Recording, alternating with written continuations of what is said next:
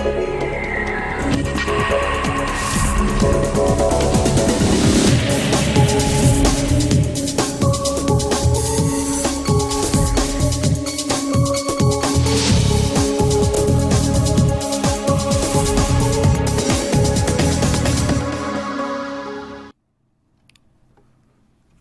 AP 24/7 morning డిబేట్కి స్వాగతం.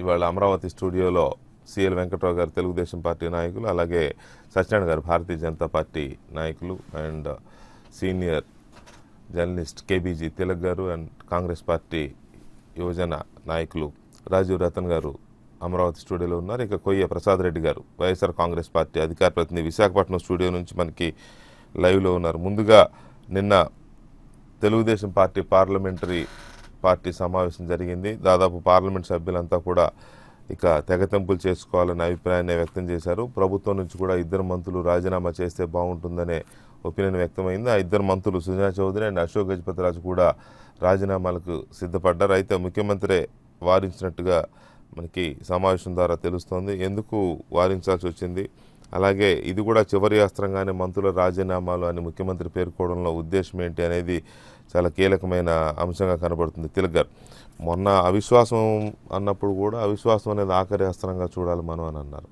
ఇప్పుడు మంత్రుల్ని వైదొలగడం అనేది ఒక వ్యూహాత్మకంగా ఉంటుందని ఎంపీలందరూ ఫీల్ అయ్యారు. ఆ 2 మంత్రులు కూడా అదే ఒపీనియన్ వ్యక్తం చేశారు. ఇది కూడా చివరి అస్త్రంగానే మనం వాడాలి తప్ప తొందరపడి ప్రయోజనం లేదు అనేది. ఇంకొక మాట కూడా ఏమన్నారు అని అంటే, మనకున్న ఆయుధాలే ఎంపీలను మంత్రులు, ఆయుధాలు వదిలేసుకుంటే మనం దేంతో పోరాడతాం అనేది ఇంకో టాపిక్ ఏదో వచ్చింది. సో అన్ని చివరి అస్త్రాలు అనుకుంటే మరి ఇంకంతా అయిపోయిన తర్వాత అస్త్రాలు ఏం చేస్తాయి? ఇవన్నీ ఇంటర్నల్గా వాళ్ళని సర్దుబాటు చేయడానికి మాట్లాడే మాటలు తప్ప అసలు పోరాటం ఇప్పుడు లాస్ట్ టైం పార్లమెంట్ సమావేశాలు పూర్తయిన తర్వాత ఈ 10-15 రోజుల్లో ఏం పోరాటం చేశారు? 1. 2, ఒక పక్కన పోరాటం అంటున్నారు, ఇంకో పక్కన అమిత్ షాతో చర్చలు జరుపుతారు. అసలు అమిత్ షాతో చర్చలు ఏమిటి? మీకు ఫైటింగ్ కేంద్ర ప్రభుత్వంతోనా? ఫైటింగ్ కాకపోతే వివాదం కేంద్ర ప్రభుత్వం, ఫైటింగే వివాదం కాదు పోవచ్చు. ఎందుకంటే ప్రధానమంత్రితో మాకు ఇప్పుడు ఇవాళ కొన్ని పత్రికల్లో వచ్చిన వార్తల ప్రకారం అమిత్ షాతో బీజేపీతో మాకు పోరాటం లేదండి, మీతో మాకు గొడవ లేదని అన్నారట సీఎం గారు. సరే, ఇంటర్నల్గా ఏం మాట్లాడతారు అది వేరే విషయం. నేననేది అమిత్ షా గారు పిలిస్తే సరే, వెంకయ్యనాయుడు గారు పిలిచారు, ఎవరు పిలిచారు వేరే విషయం. ఆయన రాజకీయ పార్టీ అధ్యక్షుడిగా పిలిచారు.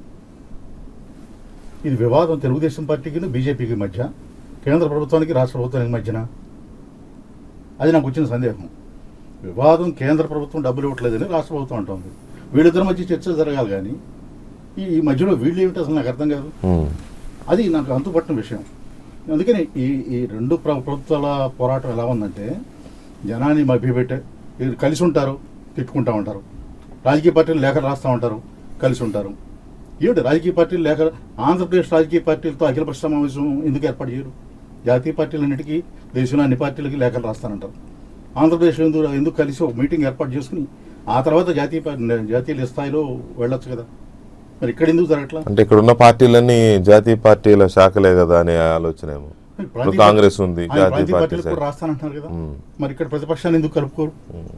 అఖిలపక్ష అట్లాగే ప్రతిపక్షం కూడా అఖిలపక్ష సమావేశం పెట్టమని డిమాండ్ చేయరు. అదేం విచిత్రం అర్థం కాదు. వాళ్ళు ఓపెన్ గా చెప్తున్నారు, చంద్రబాబు పిలిచినా మేము వెళ్ళమని ఓపెన్ గా చెప్పారు. వాళ్ళు పిలవచ్చు కదా, వాళ్ళు పిలిచి వీళ్ళు కదా. అదే అది కూడా జనానికి తెలియాలి కదా స్పష్టంగా వీళ్ళ వైఖరి ఏంటనేది. వాళ్ళు పిలవరు. పోనీ కమ్యూనిస్ట్ పార్టీలు చొరవ తీసుకుని అఖిలపక్ష సమావేశం పిలుస్తారంటే వాళ్ళు తెలుగుదేశం పిలవరు. ఇది ఏమిటి? జనాన్ని మభ్యపెట్టడం తప్ప. వాళ్ళు ఫార్ములా సైజ్ చేయమని చెప్పామంటారు, వీళ్ళు ఫార్ములా అడగటం ఏంటి అంటారు. అసలు తెరవనికి ఏం జరుగుతుంది? అమిత్ షా ఫార్ములా గురించి మాట్లాడడం ఏంటి? ఏమిటి? ఎవరిని మోసం చేయడానికి ఇదంతా? అందువల్ల ఇది స్పష్టంగా కేంద్రం కానీ రాష్ట్రం కానీ స్పష్టమైన వైఖరితో ప్రజల పట్ల బాధ్యతతో మాట్లాడుతున్నారని నేను అనుకోవట్లేదండి. తెరవనికి ఏదో జరుగుతుంది, అది చెప్పకుండా ఏదేదో మాట్లాడుతున్నారు. రైట్. వెంకట గారు, ఒకవైపు ఏమో రాజీనామాలు అవిశ్వాసం అంటూ ఆల్రెడీ ధర్నాలు చేసి, నేను మొన్నంతా ఒక ధర్నా చేసి ఢిల్లీకి వైఎస్ఆర్ కాంగ్రెస్ పార్టీ నాయకులందరూ వెళ్ళడం, బహుశా రేపు అనుకుంటా జంతర్ మంతర్ దగ్గర ధర్నా ఉంది. అందులో వాళ్ళ కార్యాచరణ కొంచెం ఊపు అందుకున్నట్టు కనపడతా ఉంది, దూకుడు పెంచినట్టే కనపడతా ఉంది వైఎస్ఆర్ కాంగ్రెస్ పార్టీది. సరే, మీ ప్రయత్నాలు ఏదో చేస్తారు, మీ బ్యాక్ ఎండ్ స్ట్రాటజీ ఏంటి అనేది అది బయటికి తెలియదు, కానీ ఏదో చేస్తున్నారనే ఫీల్ అయితే కలిగిస్తున్నారు. బట్ అన్ని చివరి అస్త్రాలే అని అంటే, యుద్ధం ముగిసిన తర్వాత అస్త్రాలు తీసినా ఫలితం ఉండదు. అది కూడా ఇప్పుడు మనకున్న అస్త్రాలు అవే అంటున్నారు. యుద్ధం ముగిసిన తర్వాత అస్త్రాలు తీసినా ప్రయోజనం ఉండదు. అది కూడా ఇంపార్టెంటే కదా. అంటే ఈ నెల పార్లమెంట్ 29 దాకా జరుగుతుంది. ఆ పార్లమెంట్ జరిగేటప్పుడు దశల వారీగా ఒత్తిడి పెంచి ఆ పార్లమెంట్ సెషన్ జరిగినంతకాలం పోరాటం చేసి అన్ని ప్రయత్నాలు చేసిన ఒక నెల రోజులు ఏం పోయిందేం లేదు. ఎలాగో నిర్ణయం అనేది ఈ పార్లమెంట్ సెషన్లో కాకపోతే ఏమి రాదు.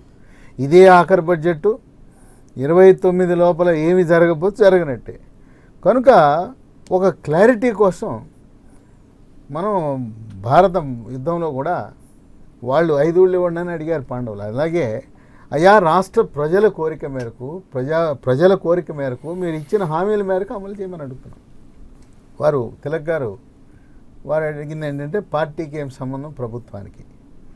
మేము ఎన్నికల ముందు పార్టీ నుంచి తెలుగుదేశం పార్టీ బీజేపీ పార్టీతో ఒక ఒడంబడికతో అయా కష్టాల్లో మేము ఉన్నాం, మంచో చెడో మీతో కలిసి ప్రయాణం చేద్దామని పవన్ కళ్యాణ్ గారు వారు కలిసి పనిచేశాం కనుక మరి అది మీరు సహకారం ఏమాత్రం మాకు అందట్లేదు. ఏదైతే ముందు మనం ఒక ఒడంబడికతో ఒక ముందడుగు వేద్దామని పార్టీల మధ్య ముందు సమన్వయనాక ప్రభుత్వం వచ్చింది. అంటే పార్టీలు తల్లి అయితే పిల్ల ప్రభుత్వం కనుక ఎప్పుడు కూడా తెలుగుదేశం పార్టీలో పార్టీ ప్రభుత్వం కలిసి సమన్వయంతో పనిచేస్తాయి. పార్టీ వేరు ప్రభుత్వం వేరు ఉండదు. పార్టీ అధిష్టానం ప్రభుత్వంలో ఉన్న పెద్దలు కలిసి కూర్చుని ఒక నిర్ణయం తీసుకుంటారు. కనుక మళ్ళీ కలిసి పోటీ చేయాలా కలిసి ఉండాలా లేదా అనే విషయం పార్టీతో సంబంధించింది. ప్రభుత్వంలో పార్టీల గురించి చర్చిస్తాం.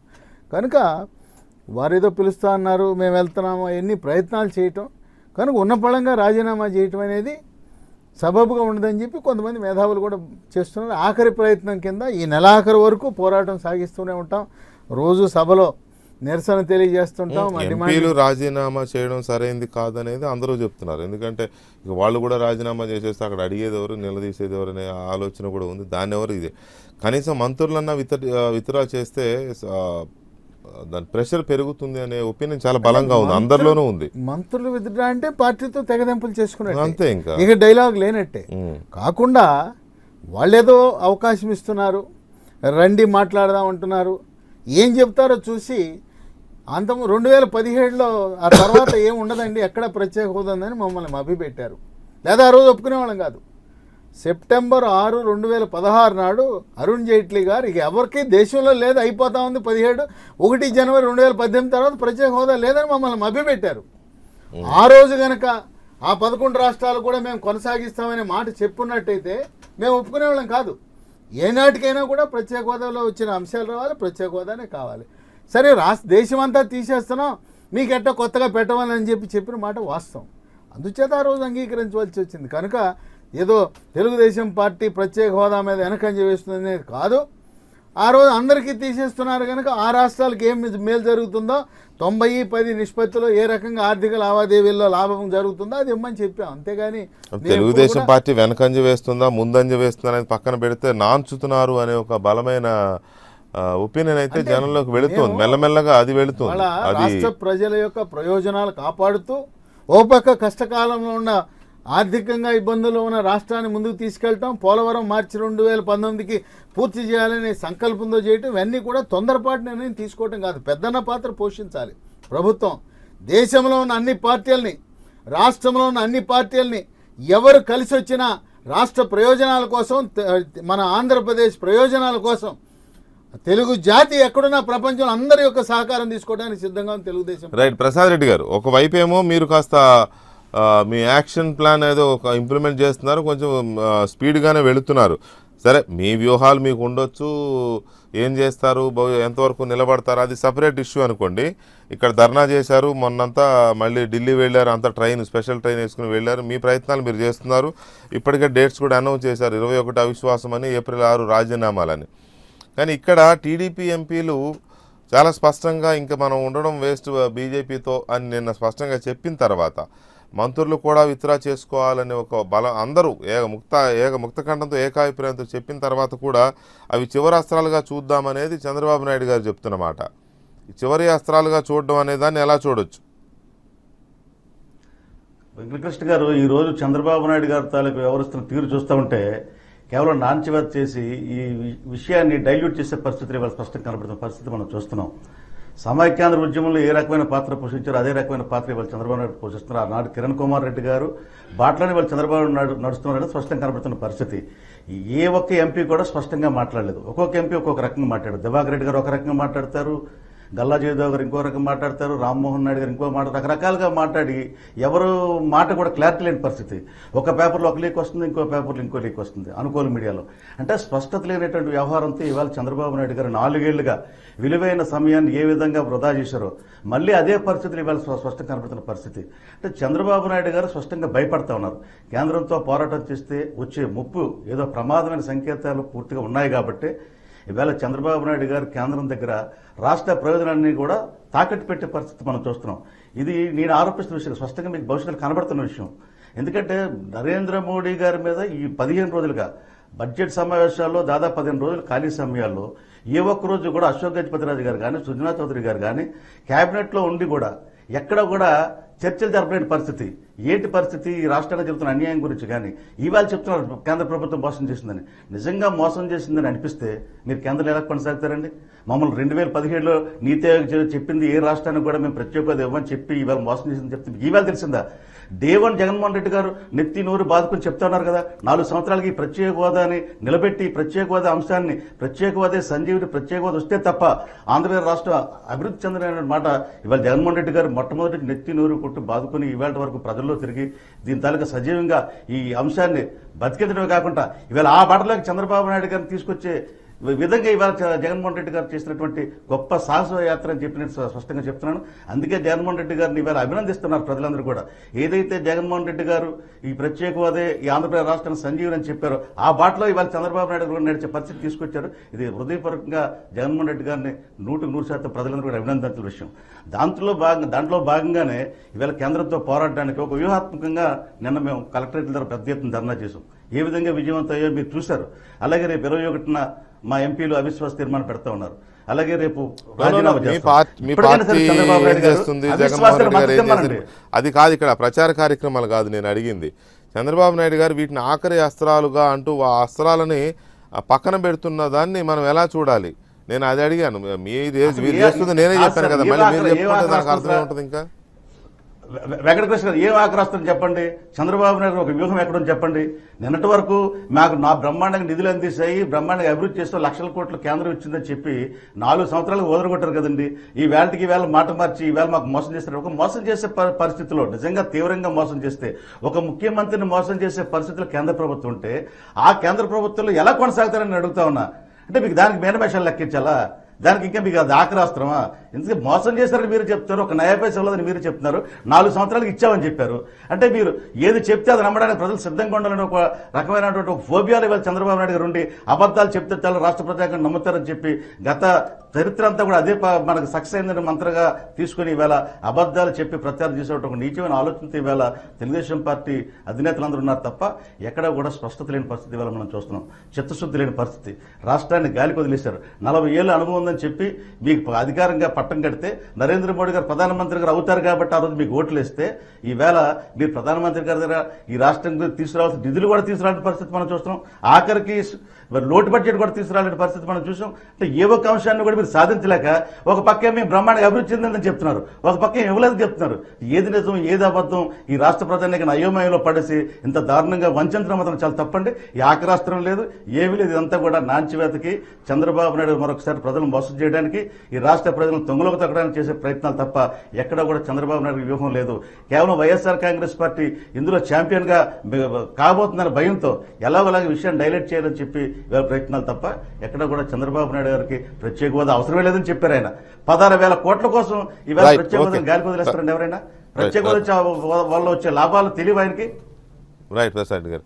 ఇక్కడ సత్యనారాయణ గారు ఒకవైపు ఏమో రోజు తిట్టుకుంటారు, ఆల్మోస్ట్ కొట్టుకున్నంత పని చేస్తున్నారు. ఇక్కడ నాయకులు కానీ కొంచెం కేంద్ర స్థాయిలో ఉన్న కొంతమంది నాయకులు కానీ టీడీపీ వర్సెస్ బీజేపీ పోరాటం చూస్తే ఏమనిపిస్తుందంటే అందరికీ ఇంకా అయిపోయింది, ఇంకా ఈ ప్రత్యేక హోదా రాదు కాబట్టి టీడీపీ కూడా బయటకు వెళ్ళిపోతుంది. వీళ్ళిద్దరు మీ నాయకులు ఓపెన్గానే చెప్తున్నారు మీరంతా ఇంకా టీడీపీతో ఒరిగేదే ఉంది మాకు అది ఇదని.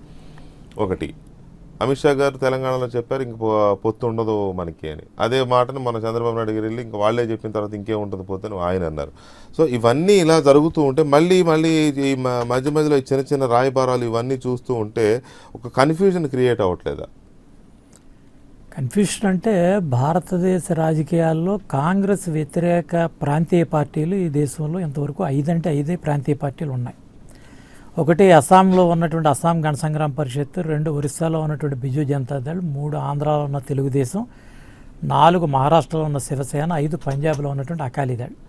ఈ 5 ప్రాంతీయ పార్టీలు కాంగ్రెస్ తోటి విరుద్ధంగా ఉన్న కారణంగా భారతీయ జనతా పార్టీ పక్షాన ఉండటానికి అవకాశం ఎక్కువగా ఉన్న జాతీయ స్థాయి ప్రేమతో కాదని జాతీయ స్థాయి రాజకీయాలు, అదే జాతీయ రాజకీయాలు. అయితే తాజాగా అందులో వైసీపీ కూడా ఈ కాంగ్రెస్ వ్యతిరేక ప్రాంతీయ పార్టీగా అది కూడా ఈ మధ్యకాలంలో అది కూడా రూపుదిద్దుకుంటూ ఉంది.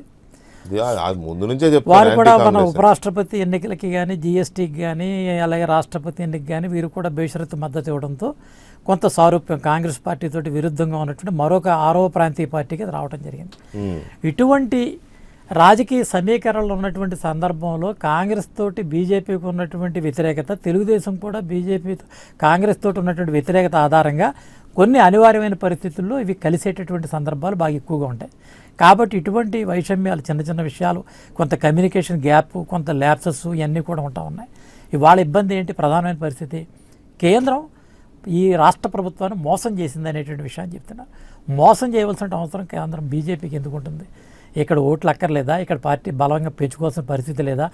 ఆంధ్రప్రదేశ్ భారతదేశంలో ఒక భాగం కాదా? దీన్ని నష్టపరచడం వల్ల భారతీయ జనతా పార్టీకి ఒరిగేది ఏంటి? లాభం ఏంటి? ఇటువంటి ప్రశ్నలన్నీ రావా? కానీ దీనికంటే వక్ర భాష చెప్తూ బీజేపీని ప్రజాకోర్టులో దోషిగా నిలబెట్టాలనేటటువంటి ఒక ప్రయత్నంలో వారికి ఉన్నటువంటి కొన్ని ఇబ్బందులన్నీ కూడా భారతీయ జనతా పార్టీ పైన నెట్టేటటువంటి ప్రయత్నంలో జరుగుతున్నటువంటి ఒక పరిస్థితులు రాష్ట్రంలో ఉన్నటువంటి రాజకీయ పార్టీల యొక్క ఆలోచన. తాజాగా వాళ్ళు ఏం చెప్తున్నారు? మరి దాదాపు 2018 నాటికి మొత్తం ఈ దేశంలో ప్రత్యేక హోదాతో ఉన్నటువంటి రాష్ట్రాలు ఏవి కూడా ఉండవు, ఈ ఉండేటటువంటి పరిస్థితి లేదు కాబట్టి ఆంధ్రప్రదేశ్కి కూడా స్పెషల్ స్టేటస్ ఇవ్వమని చెప్పి జైట్లీ గారు చాలా క్లియర్గా చెప్పారు. ఈరోజు కూడా మేము ఛాలెంజ్ చేసి చెప్తున్నాం, ఎక్కడ కొనసాగించాం? ఎక్కడైనా ఒక్కచోటన్నా కొనసాగించేటటువంటి పరిస్థితి ఉంటే బహిరంగంగా భారతీయ జనతా పార్టీ పక్షాన్ని నేను కూడా ఆ ప్రత్యేక హోదా ఇతర రాష్ట్రాలకు ఇచ్చినప్పుడు ఆంధ్ర రాష్ట్రానికి కూడా ఇమ్మని కోరటానికి ఎంత మాత్రం కూడా మాకు భేషజం లేదు.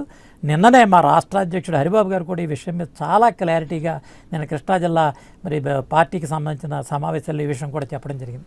కమ్యూనికేషన్ కొంత గ్యాప్ ఉంది, వాస్తవాలు కొంత తెలుసుకోవాల్సిన పరిస్థితి ఉంది, నిధుల విషయంలో కొంత ఇబ్బందులు ఉన్నాయి, ఖర్చు విషయంలో కొంత ఆరా చెప్పాల్సిన పరిస్థితి ఉంది.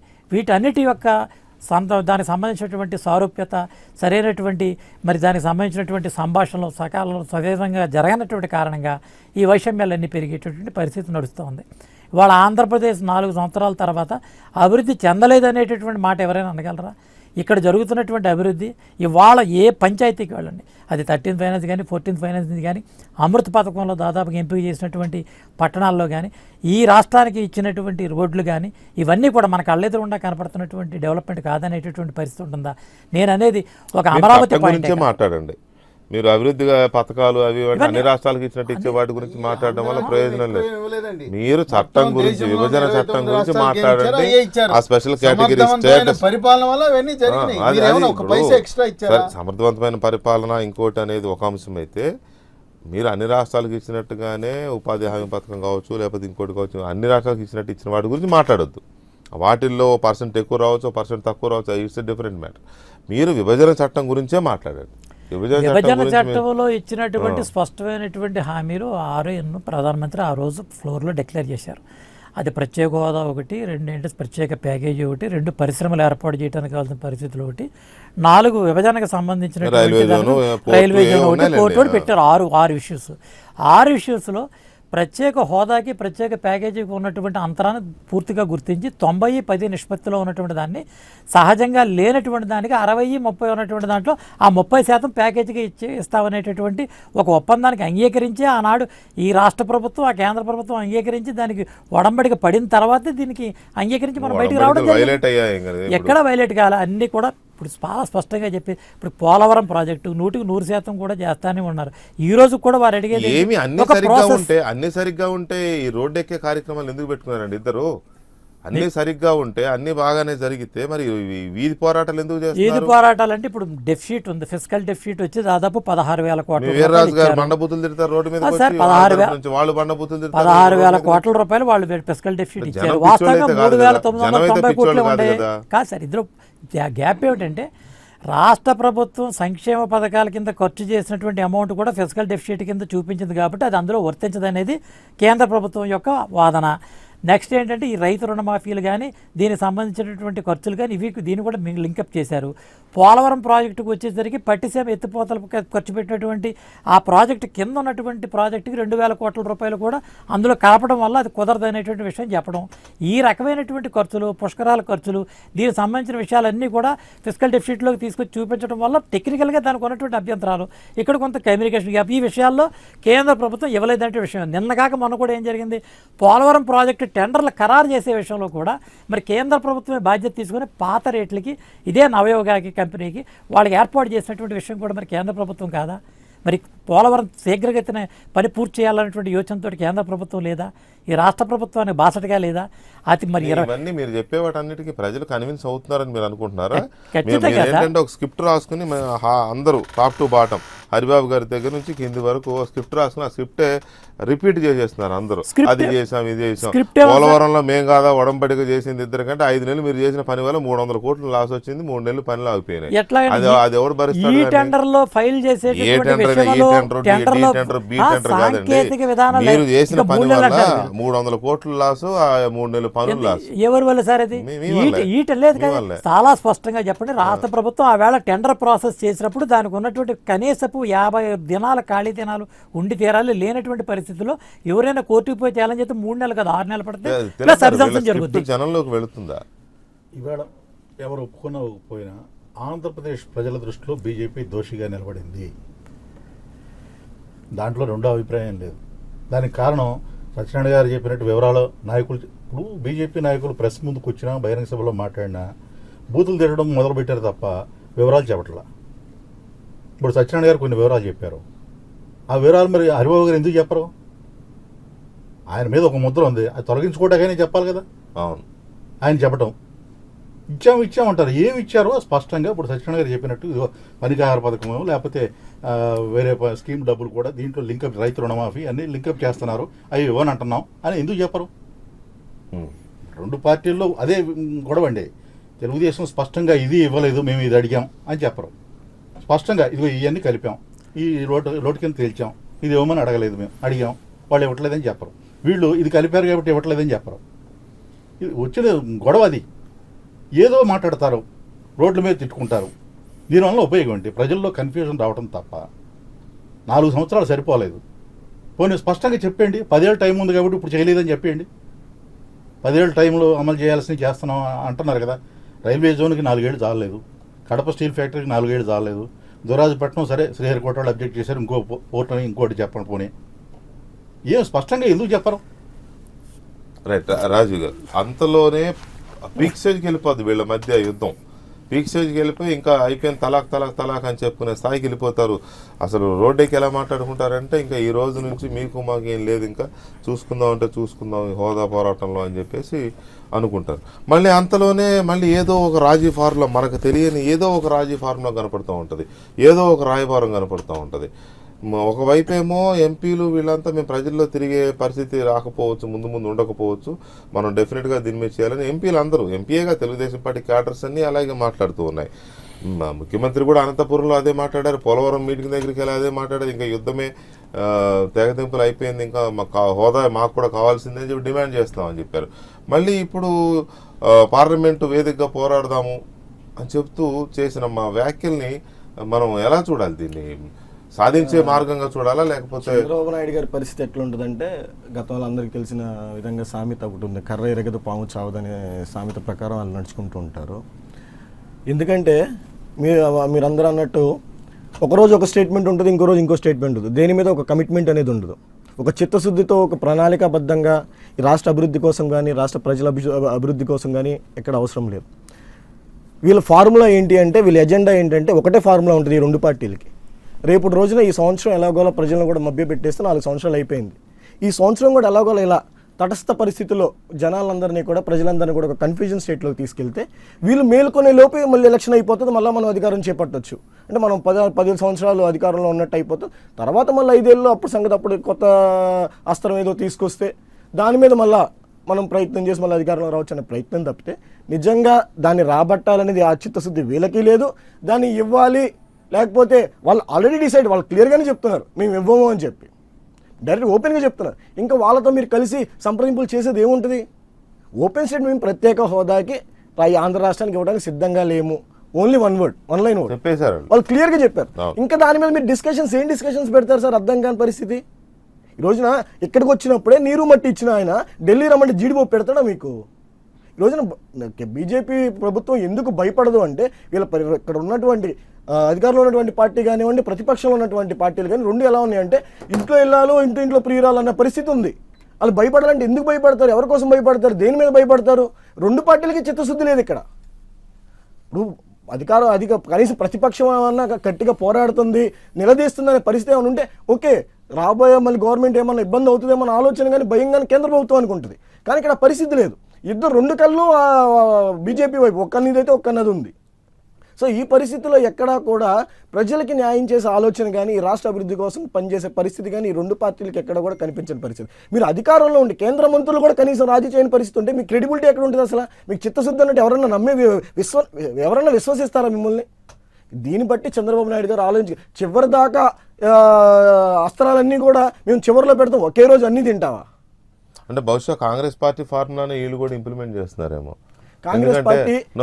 ఎందుకంటున్నానంటే రాష్ట్ర విభజన అప్పుడు కూడా ఈ రాష్ట్రం ఆంధ్రప్రదేశ్ ప్రజలు సమైక్యాంధ్ర ఉద్యమంలో ఆంధ్రప్రదేశ్ సీమాంధ్ర ప్రజలు అనాలి, అప్పుడు సీమాంధ్ర ప్రజలే కదా.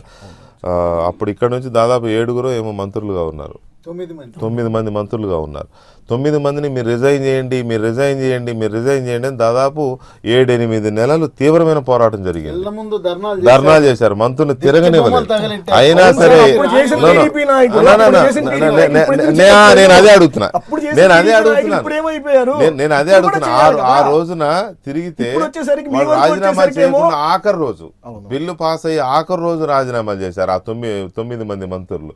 బహుశా ఇప్పుడు అదే స్ట్రాటజీ ప్లే చేస్తున్నారేమో. కానీ అసెంబ్లీ మొత్తం కూడా తీర్మానించి పంపించడం జరిగింది సార్, అఖిలపక్ష సమావేశాలు ఏర్పాటు చేయడం జరిగింది సార్. కానీ ఇందులో ఏ ఒక్క కార్యక్రమం కూడా ఈ రోజు టీడీపీ చేపట్టట్లేదు. మేము అడుగుతున్నాం అఖిలపక్ష సమావేశాలు, మేము కూడా వస్తాం. సిపిఎం అడుగుతున్నారు అఖిలపక్ష సమావేశాలు అఖిలపక్ష సమావేశాలు కనీసం ఇక్కడ మన ప్రెషర్ బిల్డప్ చేయాలి కదా.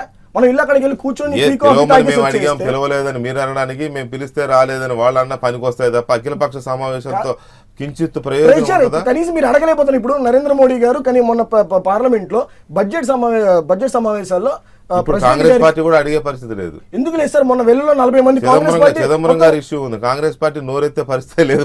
మేము 184 ఇచ్చాము, దానికి అనుగుణంగా దాన్ని అడ్డుకోకుండా ఉండమనండి. 2 పార్టీలు చాలు. మీరు ప్రత్యేకంగా మీరేం పోరాడొద్దు, మీరు దాన్ని అడ్డుకోకుండా ఉండండి చాలు.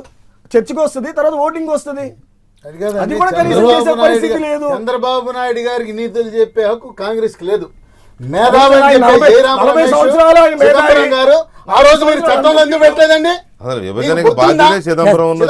చేసినప్పుడు బుద్ధి ఉందా?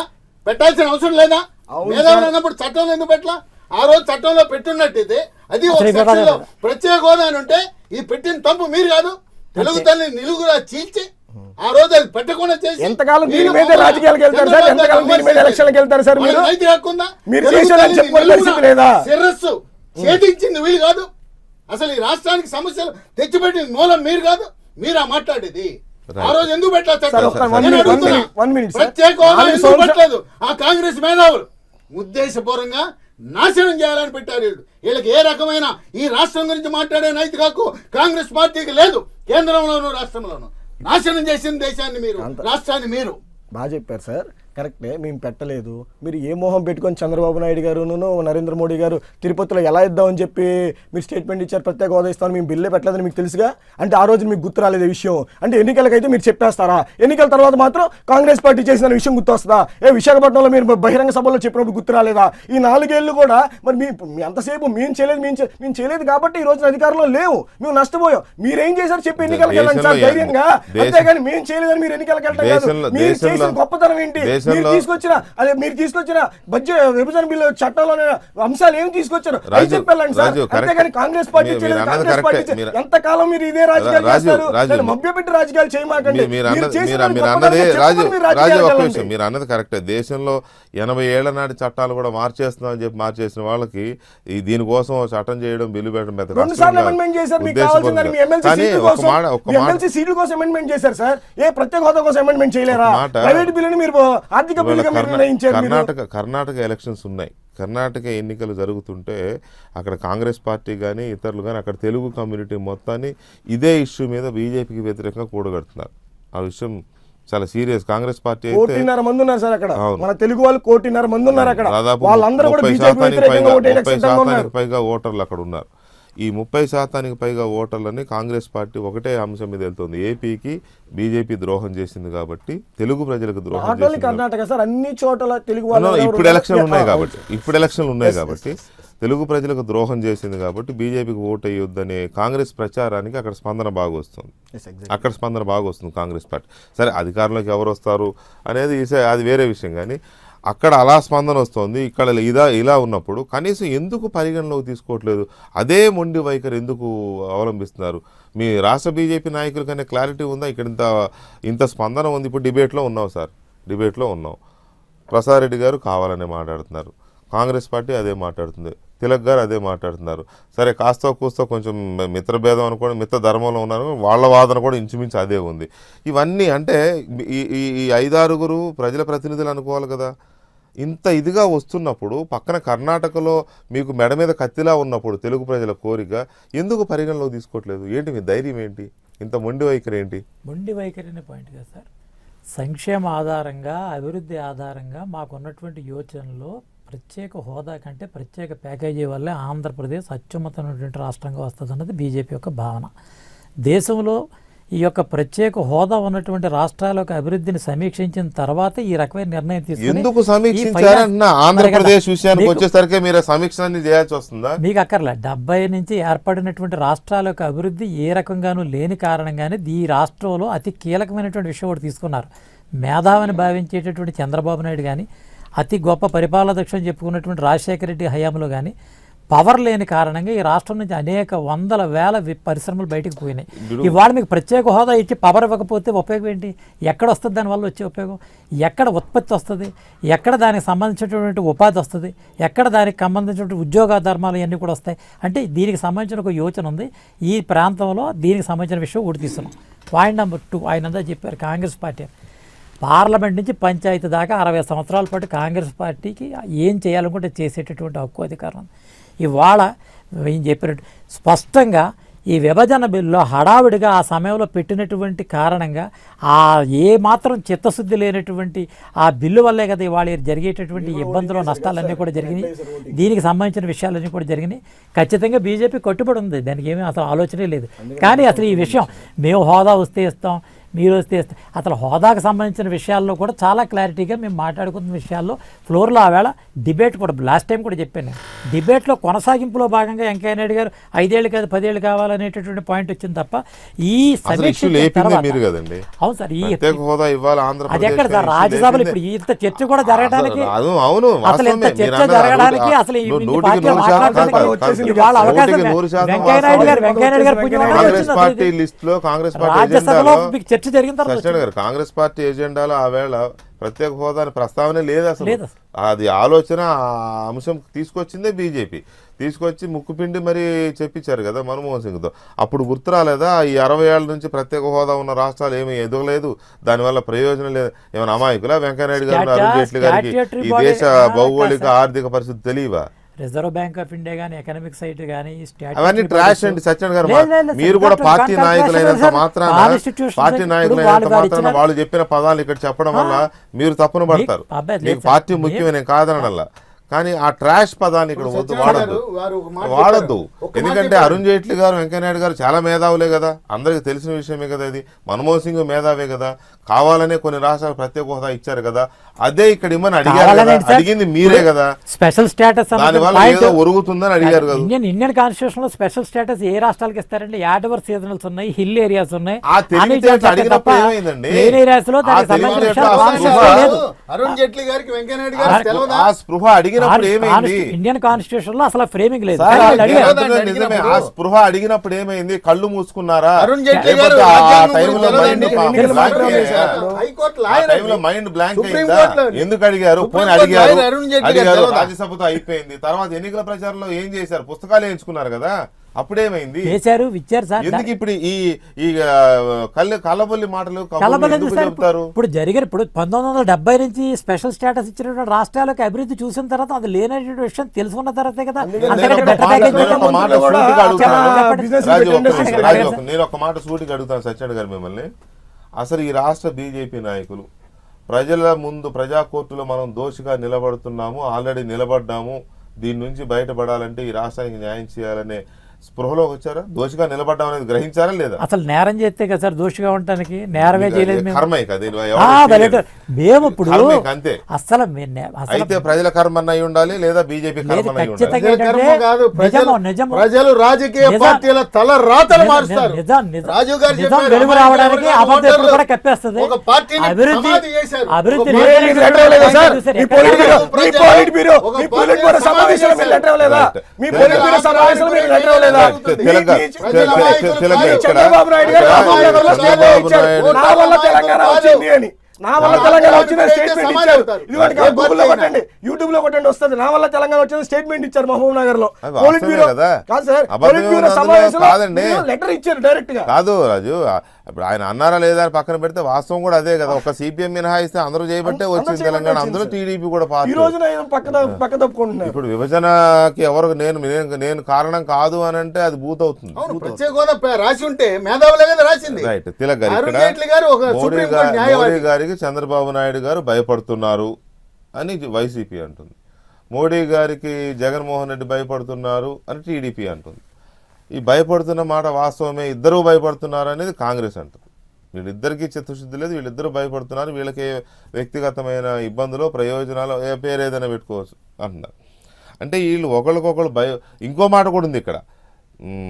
బలమైన ప్రాంతీయ పార్టీలకు బీజేపీ భయపడుతుందనే వాదన కూడా వస్తుంది ఈ మధ్య.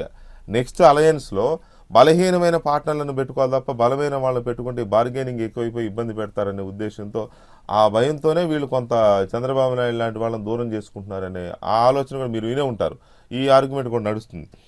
అంటే ఎంతసేపు ఈ భయాలు భయపెట్టుకోవడాలు, ఒకరి మీద ఒకరు కక్ష సాధింపులు తప్ప ఒక ఫెడరల్ స్పిరిట్, చట్టసభల్లో చెప్పే మాటలు, ఇచ్చిన హామీలు, ప్రాంతాల వారీగా రాష్ట్రాల వారీగా ప్రజల ప్రయోజనాలు, వాళ్ళ ఆకాంక్షలు ఇవేం పట్టవా? ఈ భయాలేనా? ఇంకా భయపెడుతూ బతికేస్తారా వీళ్ళు?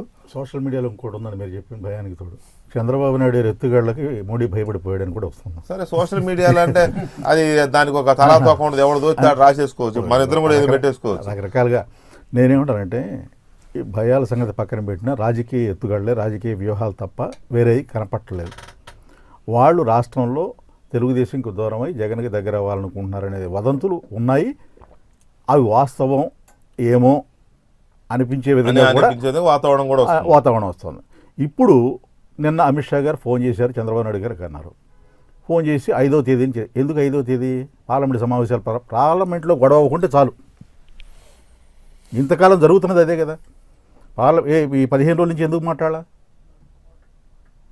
మోడీ గారు, అమిత్ షా గారు కూర్చుని, జైట్లీ గారు కూర్చుంటే పరిష్కారం కావా? యాక్ట్లో ప్రత్యేక హోదా లేదండి. యాక్ట్లో ఉన్న వాటి సంగతి ఏంటి? వాటికి 4 ఏళ్ళు సరిపోలేదు. అందువల్ల చిత్తశుద్ధి లేదండి. రాజకీయ ప్రయోజనాలు తప్ప వాటిని ప్రజలకి, ఈ రాష్ట్రానికి చేద్దామనే చిత్తశుద్ధి మాత్రం కనిపించట్లేదండి. రైట్. టీడీపీ వైసీపీలకు ఒక ప్రశ్న. సరే, పార్లమెంట్ సమావేశాల్లో బాగానే నిలదీశారు, స్తంభింపజేశారు, ప్రశ్నించారు. టీడీపీ ఎంపీ జయదేవ్ మాట్లాడినా, లేదా వైసీపీ ఎంపీ మిథున్ రెడ్డి మాట్లాడినా, రాజ్యసభలో విజయసాయిరెడ్డి గారు మాట్లాడినా, ఎవరు ఏం మాట్లాడినా ఈ 15 రోజులు ఏం చేశారు? సరే, రాష్ట్రంలో పార్టీలు ధర్నాలు చేశాయి, ఆ పార్టీ చేసింది, ఈ పార్టీ చేసింది, ఎవరి స్థాయిలో వాళ్ళు రాష్ట్రంలో చేశారు. ఈ 15 రోజుల్లో ఎంపీలు ఏం చేశారు అనే ప్రశ్నకి ప్రసాద్ రెడ్డి గారు, ఈ 15 రోజుల్లో ఎంపీలు ఏం చేశారు? సూటిగానే మళ్ళీ మీరు ఎక్కడెక్కడో తిరక్కండి, మీ ఎంపీలు ఏం చేశారనే దానికి సమాధానం లే, లే, చెప్పండి. లే. అదే మీకు స్పష్టంగా చెప్తున్నామండి. ప్రజల్లో ఉన్నటువంటి సెంటిమెంట్ ని కేంద్ర ప్రభుత్వాన్ని చూపించడానికి ఈ 15 రోజులు రాష్ట్ర వ్యాప్తంగా మేము అనేక ధర్నాలు చేసిన పరిస్థితి మీరు చూశారు. నిన్న కలెక్టరేట్ దగ్గర ఎంత పెద్ద ఎత్తున ధర్నాలు చేసామో నవ్వుతో నవ్వుతున్న విధంగా జరిగింది. నేను రాష్ట్రం గురించి మాట్లాడడం లేదండి, రాష్ట్రంలో చేశారు, అది వాస్తవమే, రాష్ట్రంలో చేశారు. ఎంపీలు ఢిల్లీలో ఏమన్నా లాబింగ్ చేశారా, లేకపోతే 15 రోజులు ఢిల్లీలో దీక్షలు లాంటివి ఏమైనా చేశారా? ఢిల్లీలో లాబింగ్ చేయడానికి మీ అధికారులు లేవండి. మేము ప్రజల నుంచి వచ్చిన స్పందన కేంద్రాన్ని తెలియజేయడం కోసం వైఎస్ఆర్ కాంగ్రెస్ పార్టీ అనేక సమావేశాలు ఏర్పాటు చేసింది. ఒక పక్క జగన్మోహన్ రెడ్డి గారు పాదయాత్ర ప్రతిరోజు కూడా ఈ ప్రత్యేక హోదా అంశాన్ని చెప్తా ఉన్నారు. అనేక సూచనలు కూడా చేశారు. అవిశ్వాస తీర్మానం పెడదాం, చంద్రబాబు నాయుడు గారు కలిసి రండి అని చెప్పారు. అన్ని రాజకీయ పక్షాలు కలిసి రమ్మని చెప్పారు.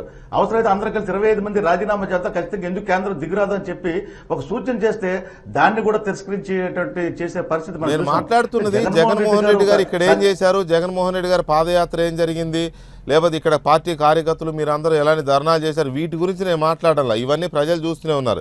ఇక్కడ ఒకటే ప్రశ్న, ఈ రాష్ట్రం నుంచి 25 మంది లోక్సభ సభ్యులు చాలా క్లియర్గా ఉన్నారు, అలాగే రాజ్యసభ సభ్యులు ఉన్నారు. ఈ లోక్సభ సభ్యులు ఈ 15 రోజుల్లో ఢిల్లీలో ఏమైనా కించిత్ ప్రయత్నం కానీ లేకపోతే ఆందోళనకి కంటిన్యూషన్గా ఏమైనా చేశారా మీ పార్టీ తరఫున? ఖచ్చితంగా మళ్ళీ ఏదో మండే నుంచి సమావేశాలు ప్రారంభమవుతాయి, ఏమైనా చేశారు? కాదు సార్, వెంకటకృష్ణ గారు యుద్ధానికి వ్యూహం ఉండకూడదా? యుద్ధానికి ఒక వ్యూహాత్మకం ఉంటుంది కదా సార్. ఏ రోజు అంటే ఆ రోజు మనం వెళ్ళి యుద్ధం చేసేయలేం కదా. వ్యూహాత్మకం ఉండడం కోసం జగన్మోహన్ రెడ్డి గారు ఇచ్చిన సూచన మేరకు ఎంపీలు రాజీనామా చేస్తామని చెప్పారు, అవిశ్వాస తీర్మానం పెడతామని చెప్పారు. ఇవన్నీ కూడా ఢిల్లీ ఎంపీల ద్వారా జరిగేవే కదా. ఇవన్నీ కూడా మా ఎంపీలు ఇవాళ రాజీనామా చేయడానికి ఇవాళ సిద్ధపడి ఉన్నారు. సంవత్సరం 4 నెలలు పదవి కాలం ఉన్నా కూడా రాజీనామా చేయడానికి, త్యాగం చేయడానికి సిద్ధంగా ఉన్నారు. అవిశ్వాస తీర్మానం పెడతామని చెప్పారు, 21వ తేదీనే పెడతామని చెప్పారు. ఈ 21వ తేదీ వరకు కూడా చర్చలు పార్లమెంట్ లో ప్రభుత్వం నిలదీస్తాం. అలాగే రాష్ట్రంలో ఉన్న సెంటిమెంట్ ని రగిల్చడం కోసం మేము ప్రత్యక్ష పోరాటాలు చేస్తాం. ఆ పోరాటాలు మా ఎంపీలు పాల్గొన్నారు. ప్రతి చోట మా ఎంపీలు ఏ ఒక్క రోజు కూడా ప్రత్యేక హోదా అంశాన్ని రోజు మాట్లాడుతున్న పరిస్థితి. నేను సూటిగా చెప్తున్నాను వెంకటకృష్ణ గారు, ఒక సన్మానం చేయించుకోవడం తప్ప తెలుగుదేశం పార్టీ ఎంపీలు నిన్నటి వరకు ఎక్కడ ఉన్నారండి, ఎక్కడ దాకున్నారు? ఈ 15 రోజులు చెప్పండి, ఏం మాట్లాడారు చెప్పండి. ఎవరైనా ప్రత్యేక హోదా గురించి మాట్లాడారా? ఒక ప్రత్యక్ష పోరాటం పాల్గొన్నారా? వైఎస్ఆర్ కాంగ్రెస్ పార్టీ మా ఎంపీలు ప్రత్యక్షంగా పాల్గొన్నారు. మళ్ళీ అడుగుతాను కూడా వెంకటరావు గారిని, నేను మిమ్మల్ని ఒకటే అడుగుతున్నాయి, రాష్ట్రంలో మీ పార్టీ ఏం చేసింది, వాళ్ళ పార్టీ ఏం చేసింది, అన్ని పార్టీలు చేస్తూనే ఉన్నాయి. ఇక్కడ రాష్ట్రంలో గురించి మాట్లాడాలని ఎంపీలు ఢిల్లీలో కూర్చుని పార్లమెంట్ సమావేశాల్లో బాగా చేశారు. సమావేశాలు ముగిసిన తర్వాత మళ్ళీ సమావేశాలు ఎల్లుండి ప్రారంభమవుతాయి. కాబట్టి ఈ గ్యాప్లో ఏమైనా బలం పెంచుకోవడానికి కానీ, లేకపోతే మీరు చేస్తున్న ఆందోళనకు కానీ మీరు మద్దతు కూడగట్టుకునే ప్రయత్నం, లేదా ఆ టెంపోని మెయింటైన్ చేయడానికి ఏమైనా చేశారా? ఏపీ భవన్లో కూర్చోవచ్చు, జంతర్ మంతర్లో కూర్చోవచ్చు, లేకపోతే ఇంకో 2 సార్లు యాక్సెస్ బాగానే ఉందిగా ఈ మధ్య. ఎప్పుడంటే అప్పుడు కలవగలుగుతున్నారు. చివరికి ఏకాకిగా మిగిలిన కొత్తపల్లి గీత కూడా ప్రధానమంత్రిని కలవగలుగుతుంది, రాష్ట్ర ముఖ్యమంత్రిని మాత్రం కలవలేకపోతున్నారు. అతి కష్టంగా కలవాల్సి అలాంటప్పుడు ఈ టెంపోని మెయింటైన్ చేయడానికి ఎంపీలు ఏం చేశారు సార్? మా ఎంపీలే 21వ తేదీన అవిశ్వాస తీర్మానం పెట్టడానికి సిద్ధపడ్డారు. మా ఎంపీలే రాజీనామా చేయడానికి సిద్ధపడ్డారు. మా ఎంపీలే అన్ని రాజకీయ పక్షాలు అవిశ్వాసం పెట్టే దాని మీద, మీరు రాజీనామాలు ప్రకటించిన దాని మీద కూడా చాలా రకాల ఆరోపణలు ఉన్నాయి.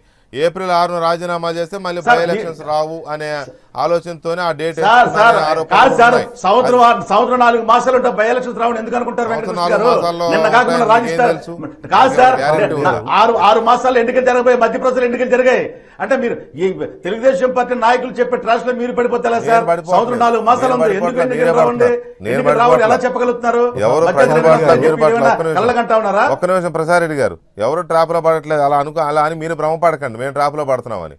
సంవత్సరం 4 మాసాలు టైం ఉంటే ఎన్నికలు ఎందుకు రావు చెప్పండి. మీరు ట్రాప్ లో పడకుండా చూసుకోండి, బీజేపీ ట్రాప్ లోనో లేకపోతే ఇంకో ట్రాప్ లో చూసుకోండి. సార్ బీజేపీ ట్రాప్ లో కానీ కాంగ్రెస్ ట్రాప్ లో కానీ పడవండి. సోనియా గాంధీ బయట వాతావరణం ఈవేళ అధికారంలో ఉన్న 4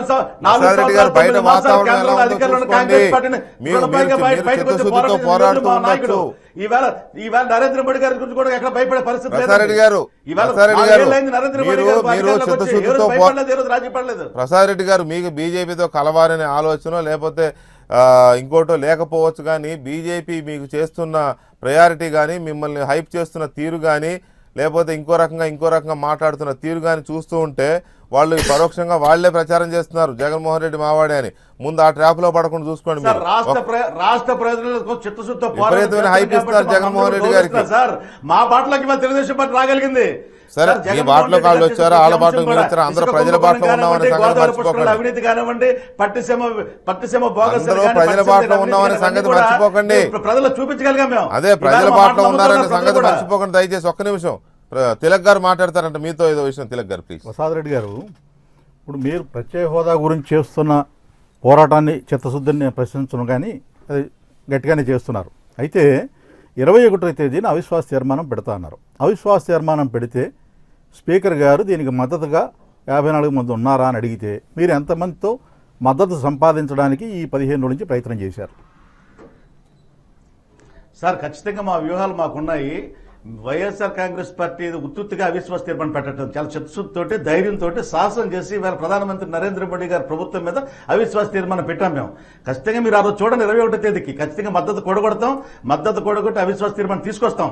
కానీ ఈవేళ చంద్రబాబు నాయుడు గారు ఆడుతున్న నాటకాలకి ఇవాళ ప్రజలకు తెలియజేయడానికి మీరు అటు వెళ్ళొద్దండి దయచేసి. ప్రశ్న ఎంతసేపు మీకు సంబంధించిన ప్రశ్న మీకు సమాధానం చెప్పండి. మీరు ఎంతసేపు పక్క వాళ్ళ గురించి అటు వెళ్ళకండి. అటు వెళితే మీరు తప్పున పడతారు. అటు వెళ్ళొద్దు మీరు. ఆ ప్రశ్నలు మేము అడుగుతాం, ఆ ప్రశ్నలు అడగొద్దు మీరు. మీ పార్టీకి సంబంధించి ఈ రాష్ట్రంలో ప్రజలు ఇద్దరికీ అధికారం ఇచ్చారు. ఒకటి తెలుగుదేశం, రెండోది వైఎస్ఆర్ కాంగ్రెస్ పార్టీ. మీకు సంబంధించిన ప్రశ్న నేను అడిగినా, తిలక్ గారు అడిగినా మీకు సంబంధించిన ప్రశ్నకు మాత్రమే సమాధానం చెప్పండి. మీరు మమ్మల్ని కూడా చంద్రబాబు వైపు తీసుకెళ్ళాలి, తిట్టించాలని మాత్రం ఆ ప్రయత్నాలు చేయొద్దు, మానుకోండి. మాకు తెలుసు ఎవరిని ఎప్పుడు ఎలా నిలదీయాలో. వాళ్ళని నిలదీయడం తెలుసు, మిమ్మల్ని నిలదీయడం తెలుసు. ఆయన అడిగింది ఒకటే, మీరు 21 అవిశ్వాస తీర్మానం పెడతా అన్నారు. అవిశ్వాస తీర్మానం మీద ప్రజలకు పెద్ద నమ్మకం లేదు, ఎందుకంటే మీకు మద్దతు కూడగట్టే అవకాశం లేదు అని. ఆ ప్రయత్నాలు ఏమన్నా చేశారా ఈ 15 రోజుల్లో? ఇక్కడెక్కడ తిరిగారు, కొంతమంది విదేశాలకు వెళ్ళారు, ఇంకేవో చేశారు. ఢిల్లీలో ఉండి ఏం చేశారని ప్రశ్నకు మీ దగ్గర సమాధానం అడిగారు తిలక్ గారు. అది చెప్పగలిగితే చెప్పండి. ఖచ్చితంగా రేపు 21వ తేదీ అవిశ్వాస తీర్మానానికి ఖచ్చితంగా మద్దతు కూడగొడతాం. మద్దతు వస్తే విశ్వాసం మాకుంది. కలిసి వచ్చే రాజకీయ పార్టీలన్నీ కూడా కలిసి వస్తే నమ్మకం మాకుంది. మా వ్యూహాలు మాకున్నాయి.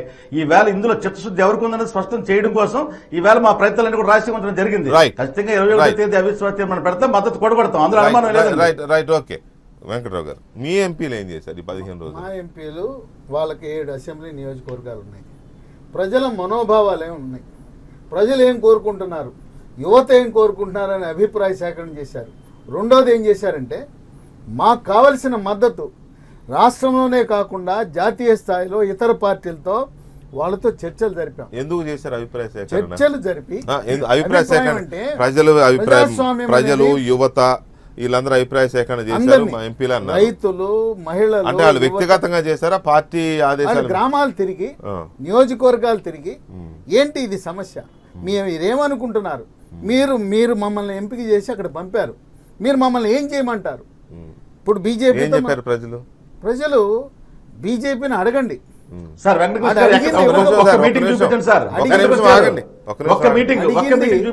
అడిగింది ఇవ్వకపోతే మనం రామ్ అని చేసి నమస్కారం పెట్టేసేయండి, మనకేం అవసరం లేదు.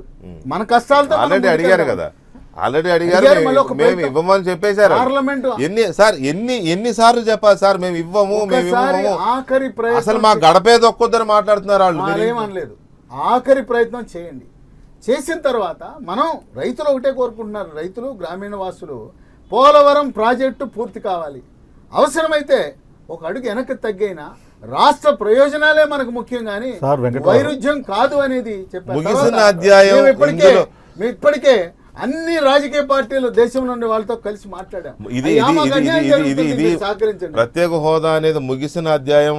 వీ డోంట్ కేర్ ఎవరు ఏం మాట్లాడినని వాళ్ళు అంతా స్పష్టంగా మాట్లాడుతుంటే, ఇంకా మేము ప్రజలేమో ప్రత్యేక హోదా కావాల్సిందే అని చేయగలిపి అంత పెద్ద ఉద్యమాలు నడుస్తుంటే చెప్పారు. 11 రాష్ట్రాల్లో కొనసాగిస్తున్న ఆ బీజేపీ ప్రభుత్వం మన రాష్ట్రానికి ఇవ్వాలి. ఆ రోజు మేము తీసేస్తున్నాం, దేశంలో లేదని. నేనైతే మీడియాలోనే ఉన్నాను, మా ఛానల్ ఏపీ ఎక్స్క్లూజివ్ ఛానల్, ప్రజల్లో మేము నిత్యం ప్రజల్లోనే ఉన్నాం. ఎక్కడ మీ ఎంపీలు వెళ్ళి ఎవరిని కలిసి అభిప్రాయ సేకరణ చేసినట్టు నాకు ఎక్కడ ఒక ఫోటో కూడా తగ్గలేదు, వీడియో కాదు కదా. వెంకటరావు, ఒక్క చిన్న ప్రశ్న. అభిప్రాయ సేకరణ చేశారు, ఆఖరి ప్రయత్నం చేయమని ప్రజలు చెప్పారు. నేనే డిఫల్ అవును, ఎందుకంటే ప్రయత్నం చేసి ఉంటారు. ఆఖరి ప్రయత్నం ఎన్నాళ్ళలోగా చేయమన్నారు? ఈ నెల రోజుల్లోనా, ఇంకా 11 మాసాల ఎలక్షన్ అయ్యేది ఎలక్షన్ దాకానా?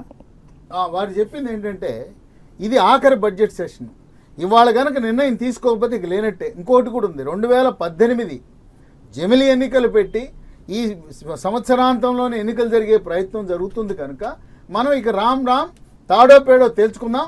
29 వరకు ప్రయత్నం చేయడంలో ఏమాత్రం వైఫల్యం చెందొద్దు. పోరాడండి, సంపింపజేయండి, ధర్నాలు చేయండి, అవసరమైతే సస్పెండ్ చేసినా కూడా సంతోషమే.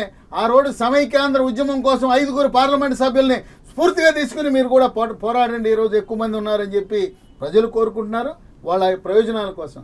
సత్యనారాయణ గారు ఒక మాట చెప్పారు, 11 రాష్ట్రాలు అంట ప్రత్యేక ప్యాకేజ్ వల్ల ఏమీ ఒరగలేదంట, వాళ్ళన్నీ నష్టపోయారంట, ఆ 11 రాష్ట్రాలు నాశనం అయిపోయాయంట, అందుకని కొనసాగిస్తున్నారంట. మరి మీరు మేధావులు 11 రాష్ట్రాలు వెనకబడి ఉంటే వాళ్ళ ప్రత్యేక హోదా ఎందుకు కొనసాగిస్తున్నారు? ఒకటే ప్రశ్న, ప్రత్యేక హోదా వల్ల లాభం ఉంది కనుక ఆ రాష్ట్రాలు కొనసాగిస్తారు. ప్రసాద్ రెడ్డి గారు చెప్పండి. సత్యనారాయణ గారు చెప్పిన మాట గతంలో చంద్రబాబు నాయుడు చెప్పారు, అసెంబ్లీలో చెప్పారండి. 11 రాష్ట్రాల్లో ప్రత్యేక హోదా లేవు, ఉపయోగం లేదు, అవసరం లేదు అన్న మాట చెప్పింది చంద్రబాబు నాయుడు గారు. ఈవేళ సత్యనారాయణ గారు ఎండార్స్ చేస్తున్నారు. అది మర్చిపోతున్నారు వెంకట్రావు గారు. సార్ మీ ముఖ్యమంత్రి గారు, మన ముఖ్యమంత్రి గారే ఫ్లోర్ ఆఫ్ ద అసెంబ్లీ చెప్పారు స్పష్టంగా, ప్రత్యేక హోదా అనేది పెద్ద వేస్ట్, మనకి ఈశాన్య రాష్ట్రాలకు ఇచ్చిన ఏం అభివృద్ధి చెందింది, ఎక్కడ చెందింది అనే మాటలు చెప్పిన మాటలు మీరు మర్చిపోయి ఈవేళ మీరు జ్ఞాపక శక్తి మర్చిపోయే పరిస్థితులు మాట్లాడితే ఎలాగంటే 4 ఏళ్లుగా మీరు చెప్పిన మాటలు ఏంటి ఈవేళ సత్యనారాయణ గారు చెప్పారని విమర్శిస్తున్నారు. మీరు చెప్పిన మాట ఈవేళ బీజేపీ చెప్తుంది. సార్ నేను ఒకటే అడుగుతున్నాను వెంకటకృష్ణ గారు, వారం రోజుల తర్వాత ప్రత్యేక హోదా విషయం మీద తెలుగుదేశం పార్టీ నిలబడుతున్న నమ్మకం అయితే నాకు లేదు. రేపు అమిత్ షా గారితో చర్చల్లో కూర్చున్నప్పుడు ఆయన ఏదైనా వార్నింగ్ ఇచ్చినా లేదా ఏదైనా కొంత ఏదో డబ్బులు సర్దుబాటు చేసినా చిత్తశుద్ధి లేని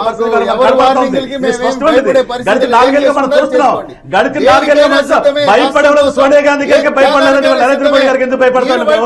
మీరు భయపడేది మీ చిదంబరం మీరు కలిసి ఏ విధంగా కేసు పెట్టారు నాకు తెలుసు. ఈవేళ మీ చిదంబరం మీరు ఏ విధంగా కేసు పెట్టారు నాకు తెలుసు. మీ చిదంబరం గారు మీరు ఏ విధంగా కేసు పెట్టారో మనం చూసాం. మాటలు మాట్లాడితే కాదు, భయం మాకు ఇంత వంటలు లేదు. 8 ఏళ్లుగా కేంద్రంతో పోరాటం చేస్తున్నాం. 8 ఏళ్లుగా కాంగ్రెస్ పార్టీ పోరాటం చేసిన పార్టీ మాది. మీలాగా రాజీ పడే పార్టీ కాదు, మీలాగా రాజీ పడే పార్టీ కాదండి. కిరణ్ కుమార్ రెడ్డి గారితో రాజీ పడిపోయి, చిదంబరం గారితో రాజీ పడిపోయి, నరేంద్ర మోడీ గారితో రాజీ పడిపోయే పార్టీ కాదు. ప్రయోజనాలు, ప్రజా సంక్షేమం. ఒక్క నిమిషం ప్రసాద్ రెడ్డి గారు, ఒక్క నిమిషం దయచేసి. సత్యనారాయణ గారు, ఇక్కడ ఒకవైపు మేము ఇచ్చేది లేదు పొమ్మంటున్నారు.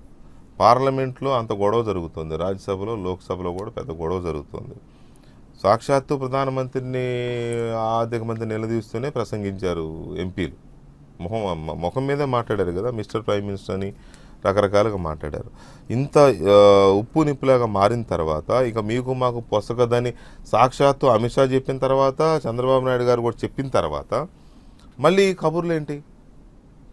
ఈ కబురు అసలు మాట్లాడాల్సింది ఎవరు? ప్రధాని గారు మాట్లాడాలి, లేకపోతే అరుణ్ జైట్లీ గారు మాట్లాడాలి, లేకపోతే అధికారికంగా ప్రభుత్వం తరపున చర్చలు జరగాలి. అంతేగాని అమిత్ షా గారు చర్చ చేయడం ఏంటి? అమిత్ షా గారు ఏ హోదాలో, పార్టీ అధ్యక్షుడి హోదాలో ఈ రాష్ట్ర భవిష్యత్తు నిర్ణయిస్తారా? ఇప్పుడు 2014 ఎన్నికల్లో తెలుగుదేశం బీజేపీ కలిసి రాష్ట్రంలో పోటీ చేసి కామన్ మ్యాండేట్ సంపాదించడం జరిగింది. ఇబ్బంది వచ్చినప్పుడు పార్టీ పరంగా పార్టీ అధ్యక్షుడు కూడా ఆ పార్టీ అధ్యక్షుడితో పార్టీ పరంగా కాదు కదా వచ్చింది, ప్రభుత్వ పరంగా వచ్చింది ఇబ్బంది. వివాదాలు టెక్నికల్గా రాజ్యాంగపరమైన వివాదాలు అన్నా దాన్ని సరి చేయడానికి పార్టీ లెవెల్లో కూడా కొన్ని సందర్భాల్లో కూర్చొని సరి చేసుకునేటటువంటి పరిస్థితులు ఉంటూ ఉంటాయి. ఇక్కడ ఉన్నటువంటి పరిస్థితి ఏంటి? ఇప్పుడు వెంకట్రావు గారి యొక్క యోచన కూడా 11 రాష్ట్రాలకి ప్రత్యేక హోదా ఇచ్చినప్పుడు ఆంధ్రాకి ఎందుకు ఎవరు అనేటటువంటి మాట, నేను కూడా ఆ మాట కూడా నేను కట్టుబడి ఉన్నాను. అమిత్ షా మళ్ళీ పిలవడం ఏంటి? ఈ విషయాలు కొంత కమ్యూనికేషన్ గ్యాప్స్ ఏమన్నా ఉన్నప్పుడు, వారికి సరైనటువంటి సమాచారం లేనప్పుడు, కొన్ని సందర్భాల్లో భావోద్వేగాలు జరిగినప్పుడు సరి చేసుకునేటటువంటి అవకాశం అంశాలతో మెమొరాండం ఇచ్చారు ప్రధానమంత్రికి, ఇది కావాలి అని. వైఎస్ఆర్ కాంగ్రెస్ పార్టీ నుంచి వాళ్ళ సైడ్ నుంచి వాళ్ళు మెమొరాండం ఇచ్చారు, ఇది కావాలి అని. ఇవన్నీ ఇచ్చిన తర్వాత కూడా ఇంకా మళ్ళీ అంటే అసలు విషయం పక్కన పెట్టి ఇంకేదో మాట్లాడాలనుకుంటున్నారా? ఏముంటుంది ఇప్పుడు తిలక్ గారు కొన్ని విషయాలు సజెస్ట్ చేశారట. అటువంటి విషయాలు ఎవరన్నా చర్చించడానికి రావచ్చు కదా. ఇప్పుడు దుగ్గరాజపట్నంలో ఇస్రో వాళ్ళు అభ్యంతరం పెట్టారు. ఈస్ట్ కోస్ట్ నేవల్ కమాండ్ వాళ్ళు డిఫెన్స్కి సంబంధించినటువంటి ఇబ్బందులు ఉన్నాయి కాబట్టి అక్కడ మీరు పోర్టు పెడతానికి వీల్లేదన్నారు. దానికి ఆల్టర్నేటివ్గా వేరే చోట మీకు ఆ దుగ్గరాజపట్నం పోర్టు వేరే పోర్టు ఇస్తామని చెప్పారు. అలా చెప్పొచ్చు. విశాఖ జోన్ ఇవ్వడానికి టెక్నికల్ కమిటీ రిజెక్ట్ చేసిన పొలిటికల్ డిసిషన్ తీసుకుని మేము విశాఖ జోన్ ఇస్తానని చెప్పి డిక్లేర్ చేశారు. అలాగే ఇవ్వచ్చు.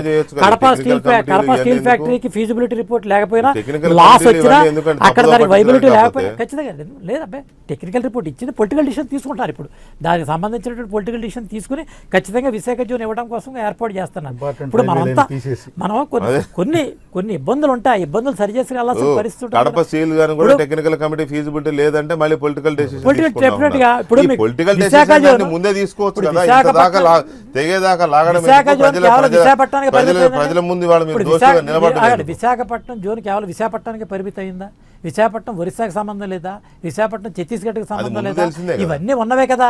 జోన్ విడదీసేటప్పుడు ఆ పక్కన ఉన్నటువంటి రాష్ట్రాలతో కూడా దాన్ని మార్పు చేసేటువంటి విషయాలు ఉంటాయి కదా. నదికి సంబంధించిన వాటాలు ఎలా తెచ్చుకుంటామో, రైల్వే వాటాలు తెచ్చుకుంటాము ఉన్నాయి కదా. ఇది నెగోసియేషన్ జరుగుతున్నాయి కదండి. నెగోసియేషన్ జరుగుతున్నాయి. నెగోసియేట్ చేయలేదు. ఎన్నికలు పూర్తయ్యే వరకు జోన్ విషయం తేలదండి. నెగోసియేషన్ జరుగుతున్నాయి. ఖచ్చితంగా పరిస్థితి ఉంటుంది. మొన్న కుటుంబరావు గారు రామ్మోహన్ నాయుడు గారు వెళ్ళారు. సరే అదేదో సీక్రెట్గా జరిగిందని అనుకుంటే దాన్ని వెల్లడించలేదు. కానీ నిన్న ఎంపీల సమావేశంలో చాలా కరాఖండిగా వాళ్ళిద్దరు చెప్పారు. అసలు అమిత్ షా మేము చెప్పిన మాటే వినలేదు, లెక్కే చేయలేదు మమ్మల్ని. మేమేదో చెప్తుంటే కూడా చాలా ఇచ్చాం కదా, అవి చెప్పరేంటి మీరని మాట్లాడారు అని చెప్పి మమ్మల్ని తీసేసినట్టుగా మాట్లాడారు. బాధ అనిపించిందని కూడా వాళ్ళు కొంచెం ఆవేదనగానే వాళ్ళు నిన్న ఇదయ్యారు. అది అయిన తర్వాత కూడా మళ్ళీ అమిత్ షా ఫోన్ చేశాడని మళ్ళీ వాళ్ళనే మళ్ళీ అదే రామ్మోహన్ నాయుడిని అదే కుటుంబరావుని చౌదరి గారితో శ్రీనివాస్ చౌదరి గారితో కలిపి పంపడం అని అంటే ఆయన ఎందుకు పంపుతున్నాడు, పిలుస్తున్నాడు, వీళ్ళు ఎందుకు వెళ్తున్నారు? అంత ఇద్దరి మధ్య పొసగని వాతావరణం ఉన్నప్పుడు ఏం చేయడానికి వెళ్తున్నారు వీళ్ళు? ఇక్కడ జరుగుతున్న నా అవగాహన ఏంటంటే ఇప్పటివరకు దేశంలో మిత్రపక్షాలుగా ఉన్న పార్టీలు వాళ్ళంతటా వాళ్ళు బీజేపీ నుంచి విడిపోయారు తప్ప బీజేపీ పంపించరు ఎక్కడ కూడా. శివసేన కానీ బీహార్లో మాంజీ ఇక్కడ కూడా అదే స్ట్రాటజీ అనుకుంటున్నా. తెలుగుదేశం కూడా మేము మాత్రం మేము వెళ్ళడం, మీరు బయటకు దోసేయండి అనే స్ట్రాటజీలో ఉన్నారేమో అని అనిపిస్తుంది. అంతకు మించి ఈ చర్చలు పిలవటం ఇవన్నీ కూడా సాగదీత తప్ప నిజంగా చర్చల కోసం నేను అనుకోవట్లా. తెలుగుదేశం బయటకు వెళ్ళిపోయేలా చేయాలి. వెళ్ళిపోయారని చెప్పి వాళ్ళు చెప్పుకోవచ్చని బీజేపీ మమ్మల్ని మెడల్బెట్టి బయట దోశారు అని చెప్పి చెప్పించుకోవాలనేది వీళ్ళ స్ట్రాటజీ. దానికోసమే జరుగుతుంది తప్ప ఇవన్నీ పరిష్కారం కావడానికని నేను అనుకోవట్లేదు. రైట్. ఇంత ఇదిగా రాజు అమిత్ షా ఇంత ఇదిగా పట్టించుకోలేదు మమ్మల్ని వాళ్ళే వెళ్ళొచ్చిన ప్రతినిధులే చెప్పిన తర్వాత మళ్ళీ ఫోన్ చేశాడని మళ్ళీ అదే ప్రతినిధి పంపడం వల్ల ప్రయోజనం ఉంటుందా? అసలు ఈ పంపడం అనే దాని వెనక స్ట్రాటజీ ఏంటి? పిలవడం వెనక స్ట్రాటజీ ఏంటి? ఫస్ట్ అది కదా మనం ఆలోచించాలి. వాళ్ళేమో మీరు చెప్పినట్టు వీళ్ళంతటా వీళ్ళు వెళ్ళిపోవాలని వాళ్ళ ఆలోచన, వీళ్ళేమో వాళ్ళు పంపించేస్తే ఆ నెపం ఏదో వాళ్ళ మీద వేసి దాన్ని కాస్త మళ్ళీ వైసీపీ పైన రుద్దొచ్చు, పొలిటికల్గా మైలేజ్ తెచ్చుకునే ప్రయత్నం చేయాలని వీళ్ళ ఆలోచన.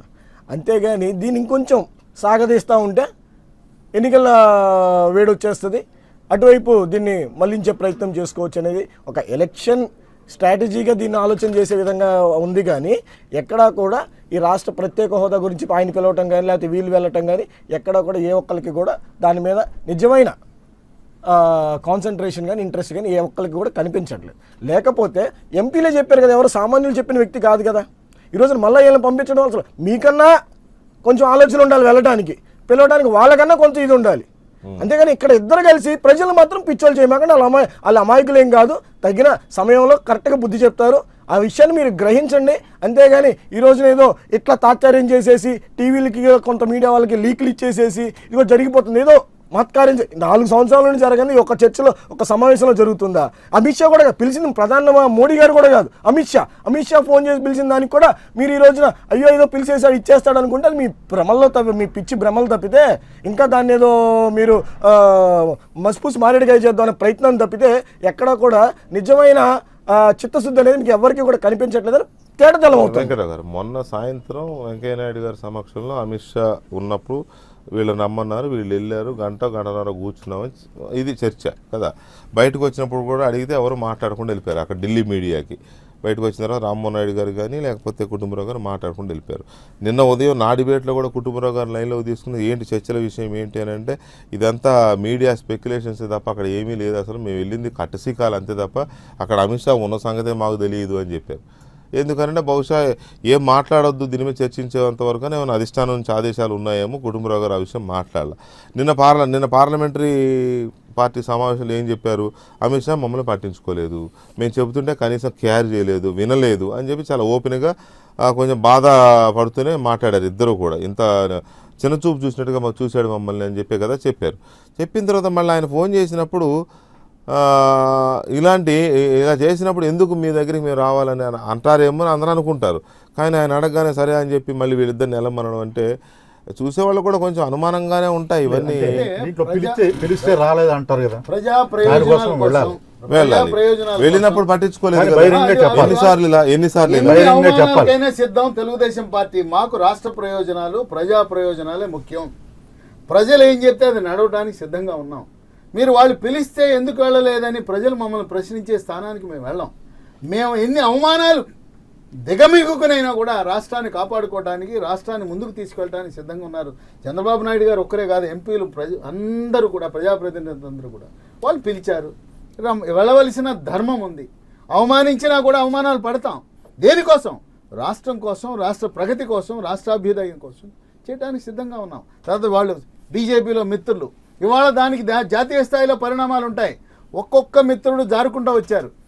చివరికి సైద్ధాంతికంగా ఉన్న దగ్గరగా ఉన్న కాషాయం రంగులో ఉండే శివసేన కూడా వెళ్ళిపోయిందంటే ఎవరన్నా వస్తారా? అకాలీదళం కూడా దూరం అయిపోతుంది.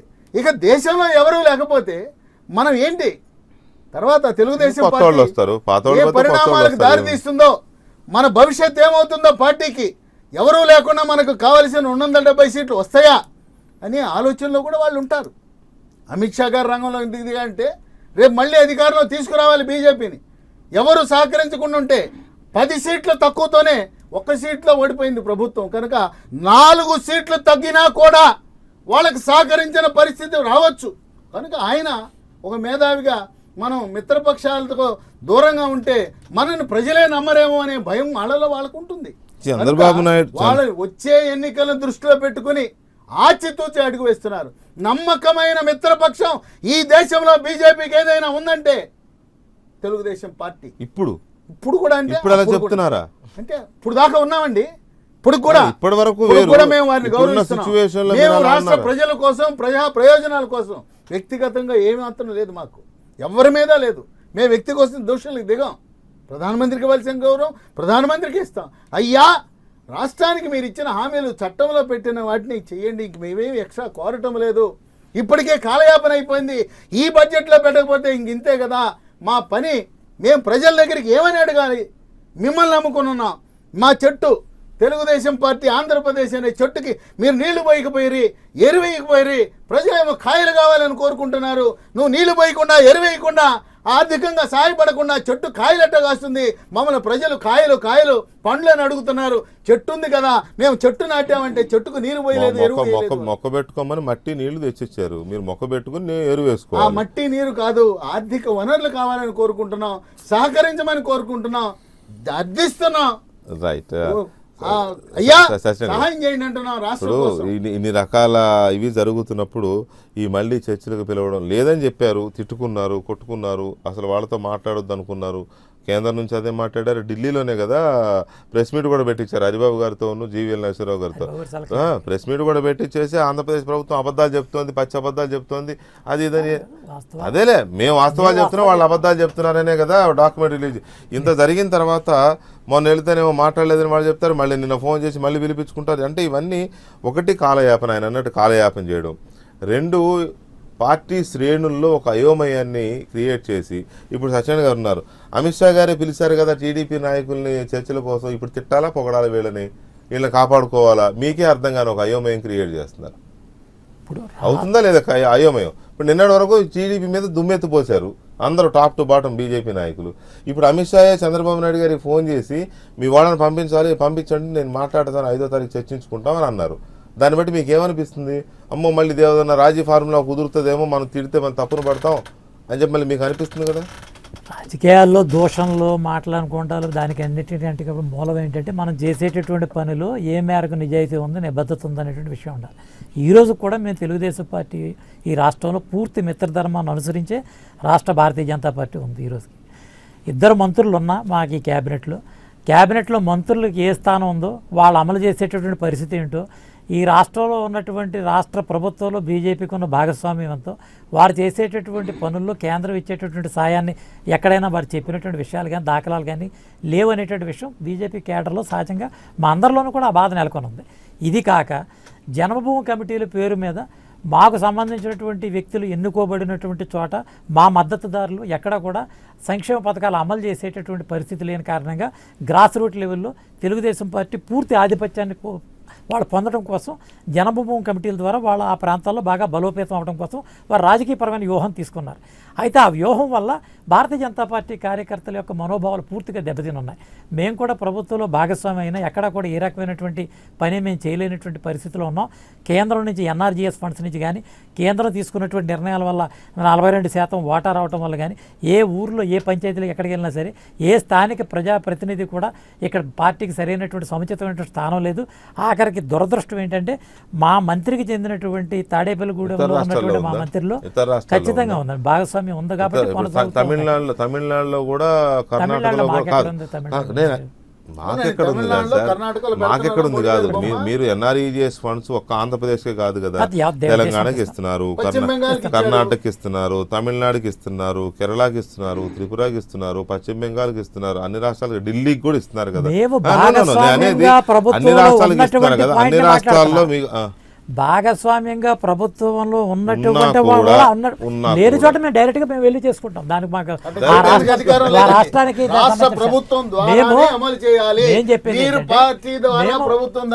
ఫెడరల్ కాన్సెప్ట్ మీద మాకు పూర్తి ఐడియా ఉంది.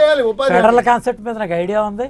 మేము వచ్చేటటువంటి ఫండ్స్ ఆఖరికి ఇప్పుడు విలేజ్ సెక్రటేరియట్ కూడా నేరుగా నిధులు వచ్చి 73-74 రాజ్యాధికారాన్ని మనం సవరణ చేసుకున్న తర్వాత కూడా ఇప్పుడు కేంద్రం రాష్ట్ర ప్రభుత్వమే నేరుగా పంచాయతీల్లోకి మున్సిపాలిటీల్లోకి జోక్యం చేసుకున్నటువంటి దాఖలాలు లేవా మనం చూస్తూ ఉన్నాం. కానీ మేమనేది ఏంటంటే మిత్రధర్మం ఉన్న చోట ఈ రకమైనటువంటి వైషమ్యాలు ఎక్కడైతే వస్తాయో అక్కడ ఆటోమేటిక్గా దేనికైనా ఒక విషయం వచ్చినప్పుడు వారిద్దరి మధ్యన ఆ వైరుధ్యం పెరిగేటువంటి పరిస్థితుంది. ఈ రాష్ట్రంలో ఈ రకమైనటువంటి నిర్ణయాలు ఈ రాష్ట్ర ప్రభుత్వం తీసుకున్న కారణంగా భారతీయ జనతా పార్టీ కార్యకర్తలకి వీళ్ళకి మధ్య ఉన్నటువంటి గ్యాప్ బాగా వచ్చింది. వీర్రాజు గారి విషయం మీరు ప్రస్తావించారు. వీర్రాజు గారు క్వశ్చన్ చేసేది ఏమిటది, జరిగినటువంటి పనుల్లో ఉన్నటువంటి వ్యవహారాల మీద దాని మీద విచారణ చేయించేటటువంటి పరిస్థితి చేయమని చెప్పారు. అది ప్రజాస్వామ్యబద్ధంలో ఎవరైనా రూపాయి వస్తే రూపాయి కేంద్ర ప్రాయోజిత పథకాల విషయంలో రాష్ట్రాల్లో అక్రమాలు జరుగుతూ ఉంటే విచారణ చేయించే అధికారం కేంద్రానికి ఉంటుంది. అన్ని రాష్ట్రాల్లో చేయించండి. ఆయన ఇక్కడ ఈ ప్రాంతం అన్ని ప్రాంతాలు జరుగుతాయి. డిఫరెంట్ ఎందుకు జరగదు, అన్ని చోట్ల జరుగుతుంది. ఎక్కడ వివాదం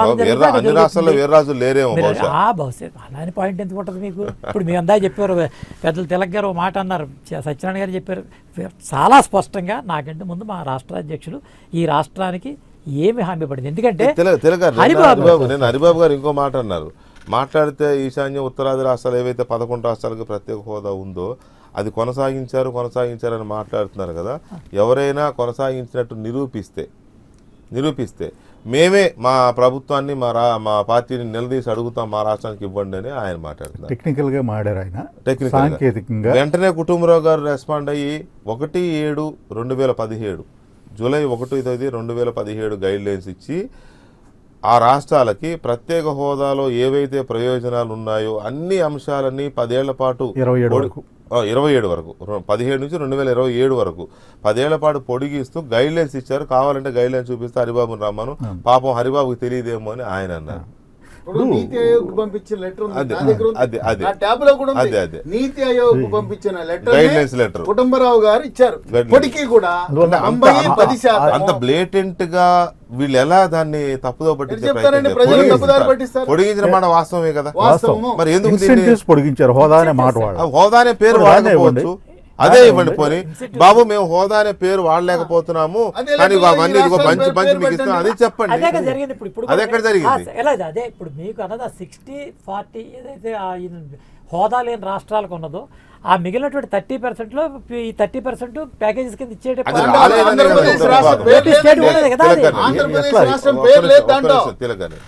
ఆ 30% క్యాల్కులేషన్ ఎట్లా చేస్తారు?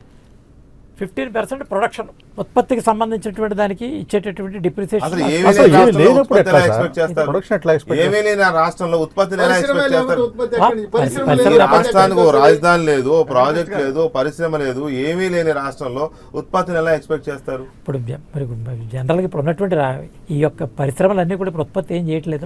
ఈ నెల రోజులు, ఈ 2 ఈ నెల నెలలు, కదా సంవత్సరంలోనే, దాదాపుగా ఈ 1 year లోనే లేదు 4 years బట్టి ఇప్పుడు రాష్ట్రం బట్టి విభజన జరిగింది కానీ ఉత్పత్తులు ఎక్కడ అవుతూ ఉంటాయి? ఉత్పత్తి జరుగుతూ ఉంటుంది. ఉత్పత్తికి అయ్యేటటువంటి ఖర్చు రాయితీ వల్లే కదా దానికి సంవత్సరానికి వచ్చే 3,000 కోట్లు ఎలా క్యాల్కులేట్ చేశారు అసలు? 3,000 కోట్లు మేము హోదా ఇవ్వనందువల్ల వెంకటకృష్ణ గారు మేము ఆ బెనిఫిట్స్ ఇస్తున్నామన్నారు. ఆ బెనిఫిట్స్ అంటే 3,000 కోట్లు ఎలా క్యాల్కులేట్ చేశారు? 16,000 కోట్లు కదా క్యాల్కులేట్ చేసిన ఫిస్కల్ డెఫిసిట్ అండి. మీకు రాష్ట్రంలో fiscal వచ్చిన deficit. మీకు రాష్ట్రంలో వచ్చినటువంటి ఆదాయం మీకు అయ్యేటటువంటి ఖర్చు పోను మిగిలినటువంటి వ్యవహారాన్ని 3,900 కోట్ల రూపాయలు దాన్ని అంచనా వేసి దానికి ఇవ్వడం ప్రత్యేక జరిగింది. హోదాకి సంబంధించిన బెనిఫిట్స్ మేము 30% ఇస్తున్నామన్నారు. ఎంత క్యాల్కులేట్ చేశారు? ఇండస్ట్రీస్ ఆధారంగా దాని నుంచి వచ్చే చేశారా? ప్రొడక్షన్ బట్టి దానికి వచ్చేటటువంటి చేశారా? వ్యవహారం బట్టి దానికి చేసేటటువంటి 22,000 స్టేట్ కోట్లు ఇవ్వాలి పెట్టారు. దానికి 22,000 కోట్లు చేశారు. ఒక పైసా వెంకటకృష్ణ గారు రెవెన్యూ డెఫిసిట్, రెవెన్యూ లోటు 22,000 కోట్లని క్యాలిక్యులేట్ చేశారు. ఏం ఇచ్చారు చెప్పండి? 22,000 కోట్లు తీసుకుంటా, ప్రసాద్ గారు, రెండు వింటున్నాను, పక్కల కూడా తీసుకుంటా. ఇప్పుడు 22,000 కోట్లలో కూడా ఇద్దరు అధికారులు కూడా మనం కూర్చుని ఉన్నారు. వాళ్ళకి సంబంధించినటువంటి క్లారిటీ కూడా రాలేదు. Even first 13th finance 14th ఫైనాన్స్లోకి రాలే. ఫస్ట్ ఇయర్ డెఫిసిట్ కూడా, ఆ డెఫిసిట్ కూడా ఇందులో ఇచ్చేటటువంటి అంగీకరించి కూడా వాళ్ళు ప్రసాద్ ఇవ్వడం రెడ్డి జరిగింది గారు, 3,000. ఇంత క్రిస్టల్ క్లియర్ గా జూలై 1వ తేదీన గైడ్ లైన్స్ వస్తే పొడిగిస్తూ రాలేదని వీళ్ళింత ఖచ్చితంగా చెబుతూ రాలేదు, వస్తే చెప్పండి మేమే అడుగుతాం అంటే వీళ్ళకు హోదా అనే ఒక పేరు లేకపోవడం అనే దాన్ని వీళ్ళకి ఆధారంగా చేసుకుంటున్నారు బీజేపీ నాయకులు. ఇది మనం సమర్థించవచ్చా? అదే సార్ వెంకటకృష్ణ, అదే కదా మేము మొదటి నుంచి చెప్తుంది. బీజేపీ మోసం చేస్తుంది, కేంద్రంలో ప్రభుత్వం మోసం చేస్తుంది, రాష్ట్రంలో ఉన్నటువంటి చంద్రబాబు నాయుడు ప్రభుత్వం అబద్ధాలు చెప్తా ఉంది. ఇవ్వకపోయినా ఇచ్చామని చెప్పి 4 సంవత్సరాలుగా అబద్ధాలు చెప్పారు చంద్రబాబు నాయుడు గారు. కేంద్రం 1/7/2017 ఆ 11 రాష్ట్రాలకి ప్రత్యేక హోదా తాలూకా ఫలితాలన్నీ కూడా పొడిగించినప్పుడు ఏం చేస్తాం తెలుగుదేశం పార్టీ ప్రభుత్వం? 6 ఎందుకు మాట్లాడలేదు? ఇవాళ ఎన్ని నెలలు అయిందండి? అంటే విలువైన కాలాన్ని అంతటి కూడా వృధా చేసి కేవలం రాజకీయ ప్రయోజనాల కోసం ఇవాళ డిమానిటేషన్ నేనే సలహా ఇచ్చానని చెప్తారు. మైనార్టీ ప్రభుత్వాల్లో ఉన్నప్పుడు ఛాంపియన్ తప్ప ఈయన పసుకోన కెన్యా లాంటి దేశాల మీద బ్యాటింగ్ చేయగలడు, కెప్టెన్ చేయగలడు కానీ చంద్రబాబు నాయుడు గారు బలమైనటువంటి క్రికెట్ ఆడలేరు సార్. ఆయన మెజార్టీ ఉన్న ప్రభుత్వంలో పోరాటలేరు. ఇవాళ ఏంటి ఇవాళ అలా కేంద్రంలో ఉన్న ప్రభుత్వం ఈవేళ ఆయన సొంత సొమ్ము ఇస్తున్నారంటే ఫెడరల్ వ్యవస్థ మన రాష్ట్రానికి ఇవ్వాల్సిన బాధ్యత ఇవాళ కేంద్రంలో ఉంది. అవి సాధించలేకపోతే చతికిల పడ్డ పరిస్థితి. ఎన్టీ రామారావు గారు ఆత్మగౌరవం కోసం ఆ రోజు ఢిల్లీ మీద పోరాటం ఏ విధంగా చేశారో మనం చూసాం. కానీ వాళ్ళు ఎందుకు పోరాటం చేయలేకపోతారు? బెంగాల్లో నేను నిధులు ఆపగలిగిందా కేంద్ర ప్రభుత్వం? తమిళనాడులో ఆపగలిగిందా? కర్ణాటకలో ఆపగలిగిందా? ఎందుకు ఆంధ్ర రాష్ట్రానికి ఆపగలుగుతా ఉంది? ఎందుకు ఆంధ్ర రాష్ట్రానికి విభజన చట్టంలో హామీలు నిలబెట్టలేకపోతుంది? కేవలం చంద్రబాబు నాయుడు గారు తన లొసుకుల కారణంగా చంద్రబాబు నాయుడు అబద్ధాలు చెప్తారు. 25 లక్షల కోట్ల పెట్టుబడులు వచ్చాయని చెప్తారు, 50 లక్షల మందికి ఉద్యోగాలు ఇచ్చామని చెప్తారు.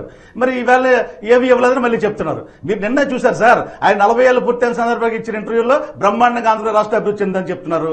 మళ్ళీ ఈవేళ మేము ఏమి చేయలేకపోయి కేంద్రం మా సహకరించని చెప్పి ఏది నిజం ఏదాపదో తెలియని పరిస్థితుల్లో కన్ఫ్యూజన్ లో ఉంటే ఒక పక్క కేంద్రం స్పష్టంగా మోసం చేస్తుంది, స్పష్టంగా కేంద్రం మోసం చేస్తుంది, మోసం చేస్తుందని తెలిసి ఎందుకు వీళ్ళు తెలియకపోతున్నారు? బీజేపీది మీది ఒకేలాగా ఉంది. బీజేపీ ఏమో 1,00,000 కోట్ల రోడ్లు ఇచ్చామని చెప్తారు, అక్కడ వచ్చింది 6,000 కోట్లే. సార్ ఖచ్చితంగా మేము మోసం చేస్తామని చెప్తున్నాం. కేంద్రంలో ఉన్న ప్రభుత్వం మోసం చేస్తుంది. మీరెందుకు సన్మానాలు చేశారు? దయచేసి వినండి. ఇక్కడ మీరేమో ఎంఓఈలు కుదిరిని 25 లక్షల కోట్లకో 30 లక్షల కోట్లకో 30 లక్షల ఉద్యోగాలు వస్తాయి ఇవన్నీ వచ్చిన తర్వాతనే వాళ్ళు చెబితే వచ్చేసినాయి అన్నారని చెప్పి మీరు అంటారు. అంటే కుదరడానికి ఆ పరిశ్రమలు పెట్టడానికి చాలా తేడా ఉంది. మీరు అది మర్చిపోతున్నారు. మర్చిపోయి కాదులే రుజువులు చూపిస్తాను సార్. వెంకటకృష్ణ గారు సార్ మీకు రుజువులతో చూపిస్తాను.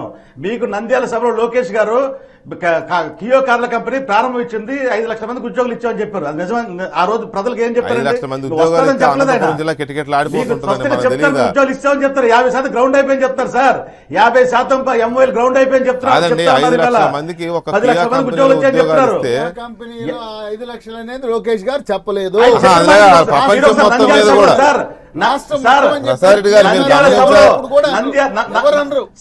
నంద్యాల సభలో లోకేష్ గారు మాట్లాడుతున్నారు. ఉద్యోగాలు అని తిరగండి చెప్పారు. సార్. కియా కార్లు ఒకసారి ఏం అంతేగాని చెప్పారు? 5 తిరగండి లక్షలు. ఒకసారి. రాష్ట్ర నేను వ్యాప్తంగా అబద్ధాలు 5 చెప్పట్లేదు లక్షలు సార్. లోకేష్ బాబు. ఈవేళ చంద్రబాబు నాయుడు గారి అంతేగాని 5 ప్రభుత్వం లక్షలు మంత్రులు ఆయన అబద్ధాలు చదువురాని చెప్తున్నారు. ఆయన కాదు. మీరు ఒకసారి నంద్యాల సభలో ఒకసారి ఎన్నికల సభలు తిరగండి సార్. మీరు మళ్ళీ ఒకసారి తిరిగేసుకోండి. సార్ నంద్యాల ఆయన సభ ఎన్నికల 11,000 సభ తిరగండి సార్. కియా మోటార్లు నిన్న కాకుండా 11,000 విశాఖపట్నం సమ్మిట్ జరిగింది సార్. 5 లక్షలు 4,50,000 కోట్ల చెప్పేది గురించి చెప్తున్నారు. మీరు తప్పు ఈవేళ దారి సార్ పట్టిస్తున్నారు. 50 లోకేష్ గారు విద్యాధికుడు చదువురాని వెంకటరావు గారు, నిరక్షరాస్యుడు కాదు, వేల మంది కాదు. మీరు- అంకెలు మీరు దబాయించి యూనివర్సిటీలో చదువుకున్నాడు. అడ్డుకుందామంటే మేమేం చేయం. చదువురాని విద్యా వాడే కాదు విద్యా వైఖరి లోకేష్ బాబు. అవలంబిస్తే ఇట్లా మేమేం 5 చేయం లక్షలు అంటే వాస్తవ ఒక దాని టీఆర్ఓ ఉండడానికి. రావడానికి వెంకటకృష్ణ గారు 13,000 కోట్లు 13,000 ఉద్యోగాలు అని చెప్పాడు ఆయన. 13,000 కోట్ల పెట్టుబడులు వెంకటకృష్ణ 13,000 అని గారు, చెప్తే చెప్పండి. మీరు వక్రీకరించి తప్పుడు మాటలు చెప్తున్నారు చెప్పండి. ప్రజలకు. వెంకటకృష్ణ గారు ఒకసారి నంద్యాల సభలో లోకేష్ గారు మాట్లాడిన క్లిప్పింగ్స్ తిరగండి సార్. మీరు వెనక్కి వెళ్ళండి. నంద్యాల సభలో ఆయన కియో కార్యక్రమం ఇంకా అప్పటికే మొదలవలేదు సార్. వెనకాల సభ జరిగింది. ఎప్పుడు ఉద్యోగం వచ్చాయని లోకేష్ చెప్పారు ఆయన. మాట్లాడాలా? నేను కావాలని చెప్తున్నారు. కానీ సార్, ప్రసారెడ్డి గారు సార్, ఆయన రుజువులు ఉన్నాయి ఏమన్నాడో సార్. నేను టీవీలో మళ్ళీ ఒకసారి రికలెక్ట్ టీవీలో చేయాలి. వచ్చింది కానీ సార్. నాకు తెలిసి అసలు కియా కంపెనీకి ప్రపంచవ్యాప్తంగా కలిపినా కూడా 5 లక్షల మంది ఉండరు. ఎట్లా చెప్తారండి? ఉంటారా? లేరు. 5 లక్షల మంది అంటే సార్, ఏంటండి? చెప్తానే లేరు. సార్, ఒక కంపెనీకి ఎటు చెప్తామండి? సార్ ఆ మాట అన్నారు సార్. ఇంకో ఎలాగా మాట్లాడతారండి. అన్నారని మీరు దాన్ని క్లెయిమ్ మంత్రి చేసి గురించి అట్లా మాట్లాడతారా? అంటే మీ టార్గెట్ ఏంటంటే మీరే లోకల్ అబద్ధాలు లోకల్ పాలిటిక్సే మీ టార్గెట్. తప్పులేదు, చేయండి, రాజకీయం చేయండి. కానీ ఒక ఈ రకమైన అబద్ధాలు వేస్తారా? ఒక విస్తృతమైన అంశాన్ని మనం వెంకటకృష్ణ గారు, ఒక్క మాట సార్. ఒకే ఒక మాట సార్. సార్ మీకు సీరియస్ చెప్తున్నాను సార్. నిన్న కాక మొన్న జరిగిన విశాఖపట్నం సమ్మిట్ లో దాదాపు చంద్రబాబు నాయుడు గారు 50% గ్రౌండ్ అయిపోయింది చెప్పారు సార్. ఎక్కడ గ్రౌండ్ అయ్యి చెప్పండి? 16, 17, 5,000 కోట్ల 16 పెట్టుబడులు రాదు కదా. 50% మరి గ్రౌండ్ పెట్టుబడులు అయింది. రాకుండా అంటే అబద్ధాలు చెప్పొచ్చు చెప్పండి. 16 అంటే 50% అంటే 20 లక్షల కోట్లకి అంటే 10 లక్షల కోట్ల పెట్టుబడులు 17 కదండి. 29% అయింది. నేను ఉన్నాను ఏ ప్రకటన సమ్మిట్లో. చేశారు 3 చెప్పండి. రోజులు. ప్రసాద్ రెడ్డి గారు, నేను 50% ఉన్నాను. ఒప్పందాలు అమల్లోకి వచ్చాయని చెప్పారు. ఎంఓఎల్ గ్రౌండ్ అయ్యని చెప్పారు సార్. 16లో నిన్న కాక మొన్న జరిగిన సమ్మిట్ లో 50% రెండు గ్రౌండ్ అయినాయి. సమ్మిట్ లో 57% గ్రౌండ్ అయ్యని చెప్పారు. అంటే ఇది మోసం అది చేయడం కదా? వాస్తవం. ఇది అబద్ధం చెప్పడం కదా? నిజంగా అన్ని 16లో పెట్టుబడులు వచ్చాయా? ఇది జరిగింది అన్ని ఉద్యోగాలు వాస్తవం. వచ్చాయా చెప్పండి. చూసుకోండి, వెబ్సైట్ లో ఉన్నాయి చూసుకోండి. ఎంఓఏలు మొత్తం కూడా గవర్నమెంట్ వెబ్సైట్ ఏ వెబ్సైట్ చూడండి. అంతగా 4,000 5,000 కోట్ల పెట్టుబడులు రాలేదు. మర్చిపోదు. ఒక కంపెనీ రాలేదు సార్ విశాఖపట్నంలో. 17, 18 3 సార్, జరిగినాయి. విశాఖపట్నంలో 16లో కంపెనీ రాలేదు, 50% కంపెనీ రాలేదు.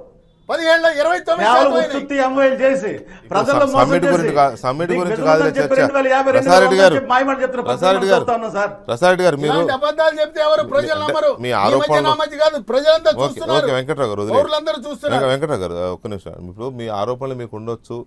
మీ ఆరోపణలు మీరు చేయడంలో ఒక తప్పు లేదు. వాళ్ళు అన్న మాటలు కానీ చెప్పిన మాటలు కానీ అవాస్తవాలు ఉంటే లేకపోతే అభూత కల్పనలు ఉన్నా ఇంకోటైనా మీరు ఆరోపణలు చేయొచ్చు. కానీ ఒక అంశం మీద చర్చ జరుగుతున్నప్పుడు మీ విశాఖపట్నం తీసుకెళ్ళిపోయారు మమ్మల్ని అందరినీ. దీనికి సంబంధం లేని వ్యవహారం కదా అది. సంబంధం లేని వ్యవహారం తీసుకెళ్ళిపోయి ఎందుకు సార్ టైం వేస్ట్? ప్రజలకు కూడా అర్థం కాని ఏం మాట్లాడుతున్నారు వీళ్ళని అర్థం కాని విషయంలోకి ఎందుకు? నేను సబ్మిట్ మీద పెట్టినప్పుడు మీరు సబ్మిట్ మీద మంచి ఇంకా డేటా మొత్తం కలెక్ట్ చేసి పెట్టండి. అవసరమైతే వీడియో క్లిప్పింగ్స్ నాకు ముందు చెప్పండి, నేను తీసి పెడతాను, మీకు కూడా ఇస్తాను కావాలంటే. ఎవరెవరు ఏం మాట్లాడేది కావాలంటే నేను ప్రొవైడ్ చేస్తాను. అవన్నీ పెట్టి మాట్లాడదాం. తప్పు చేస్తే నేను సపోర్ట్ చేస్తాను, మీ తరఫునే మాట్లాడతాను.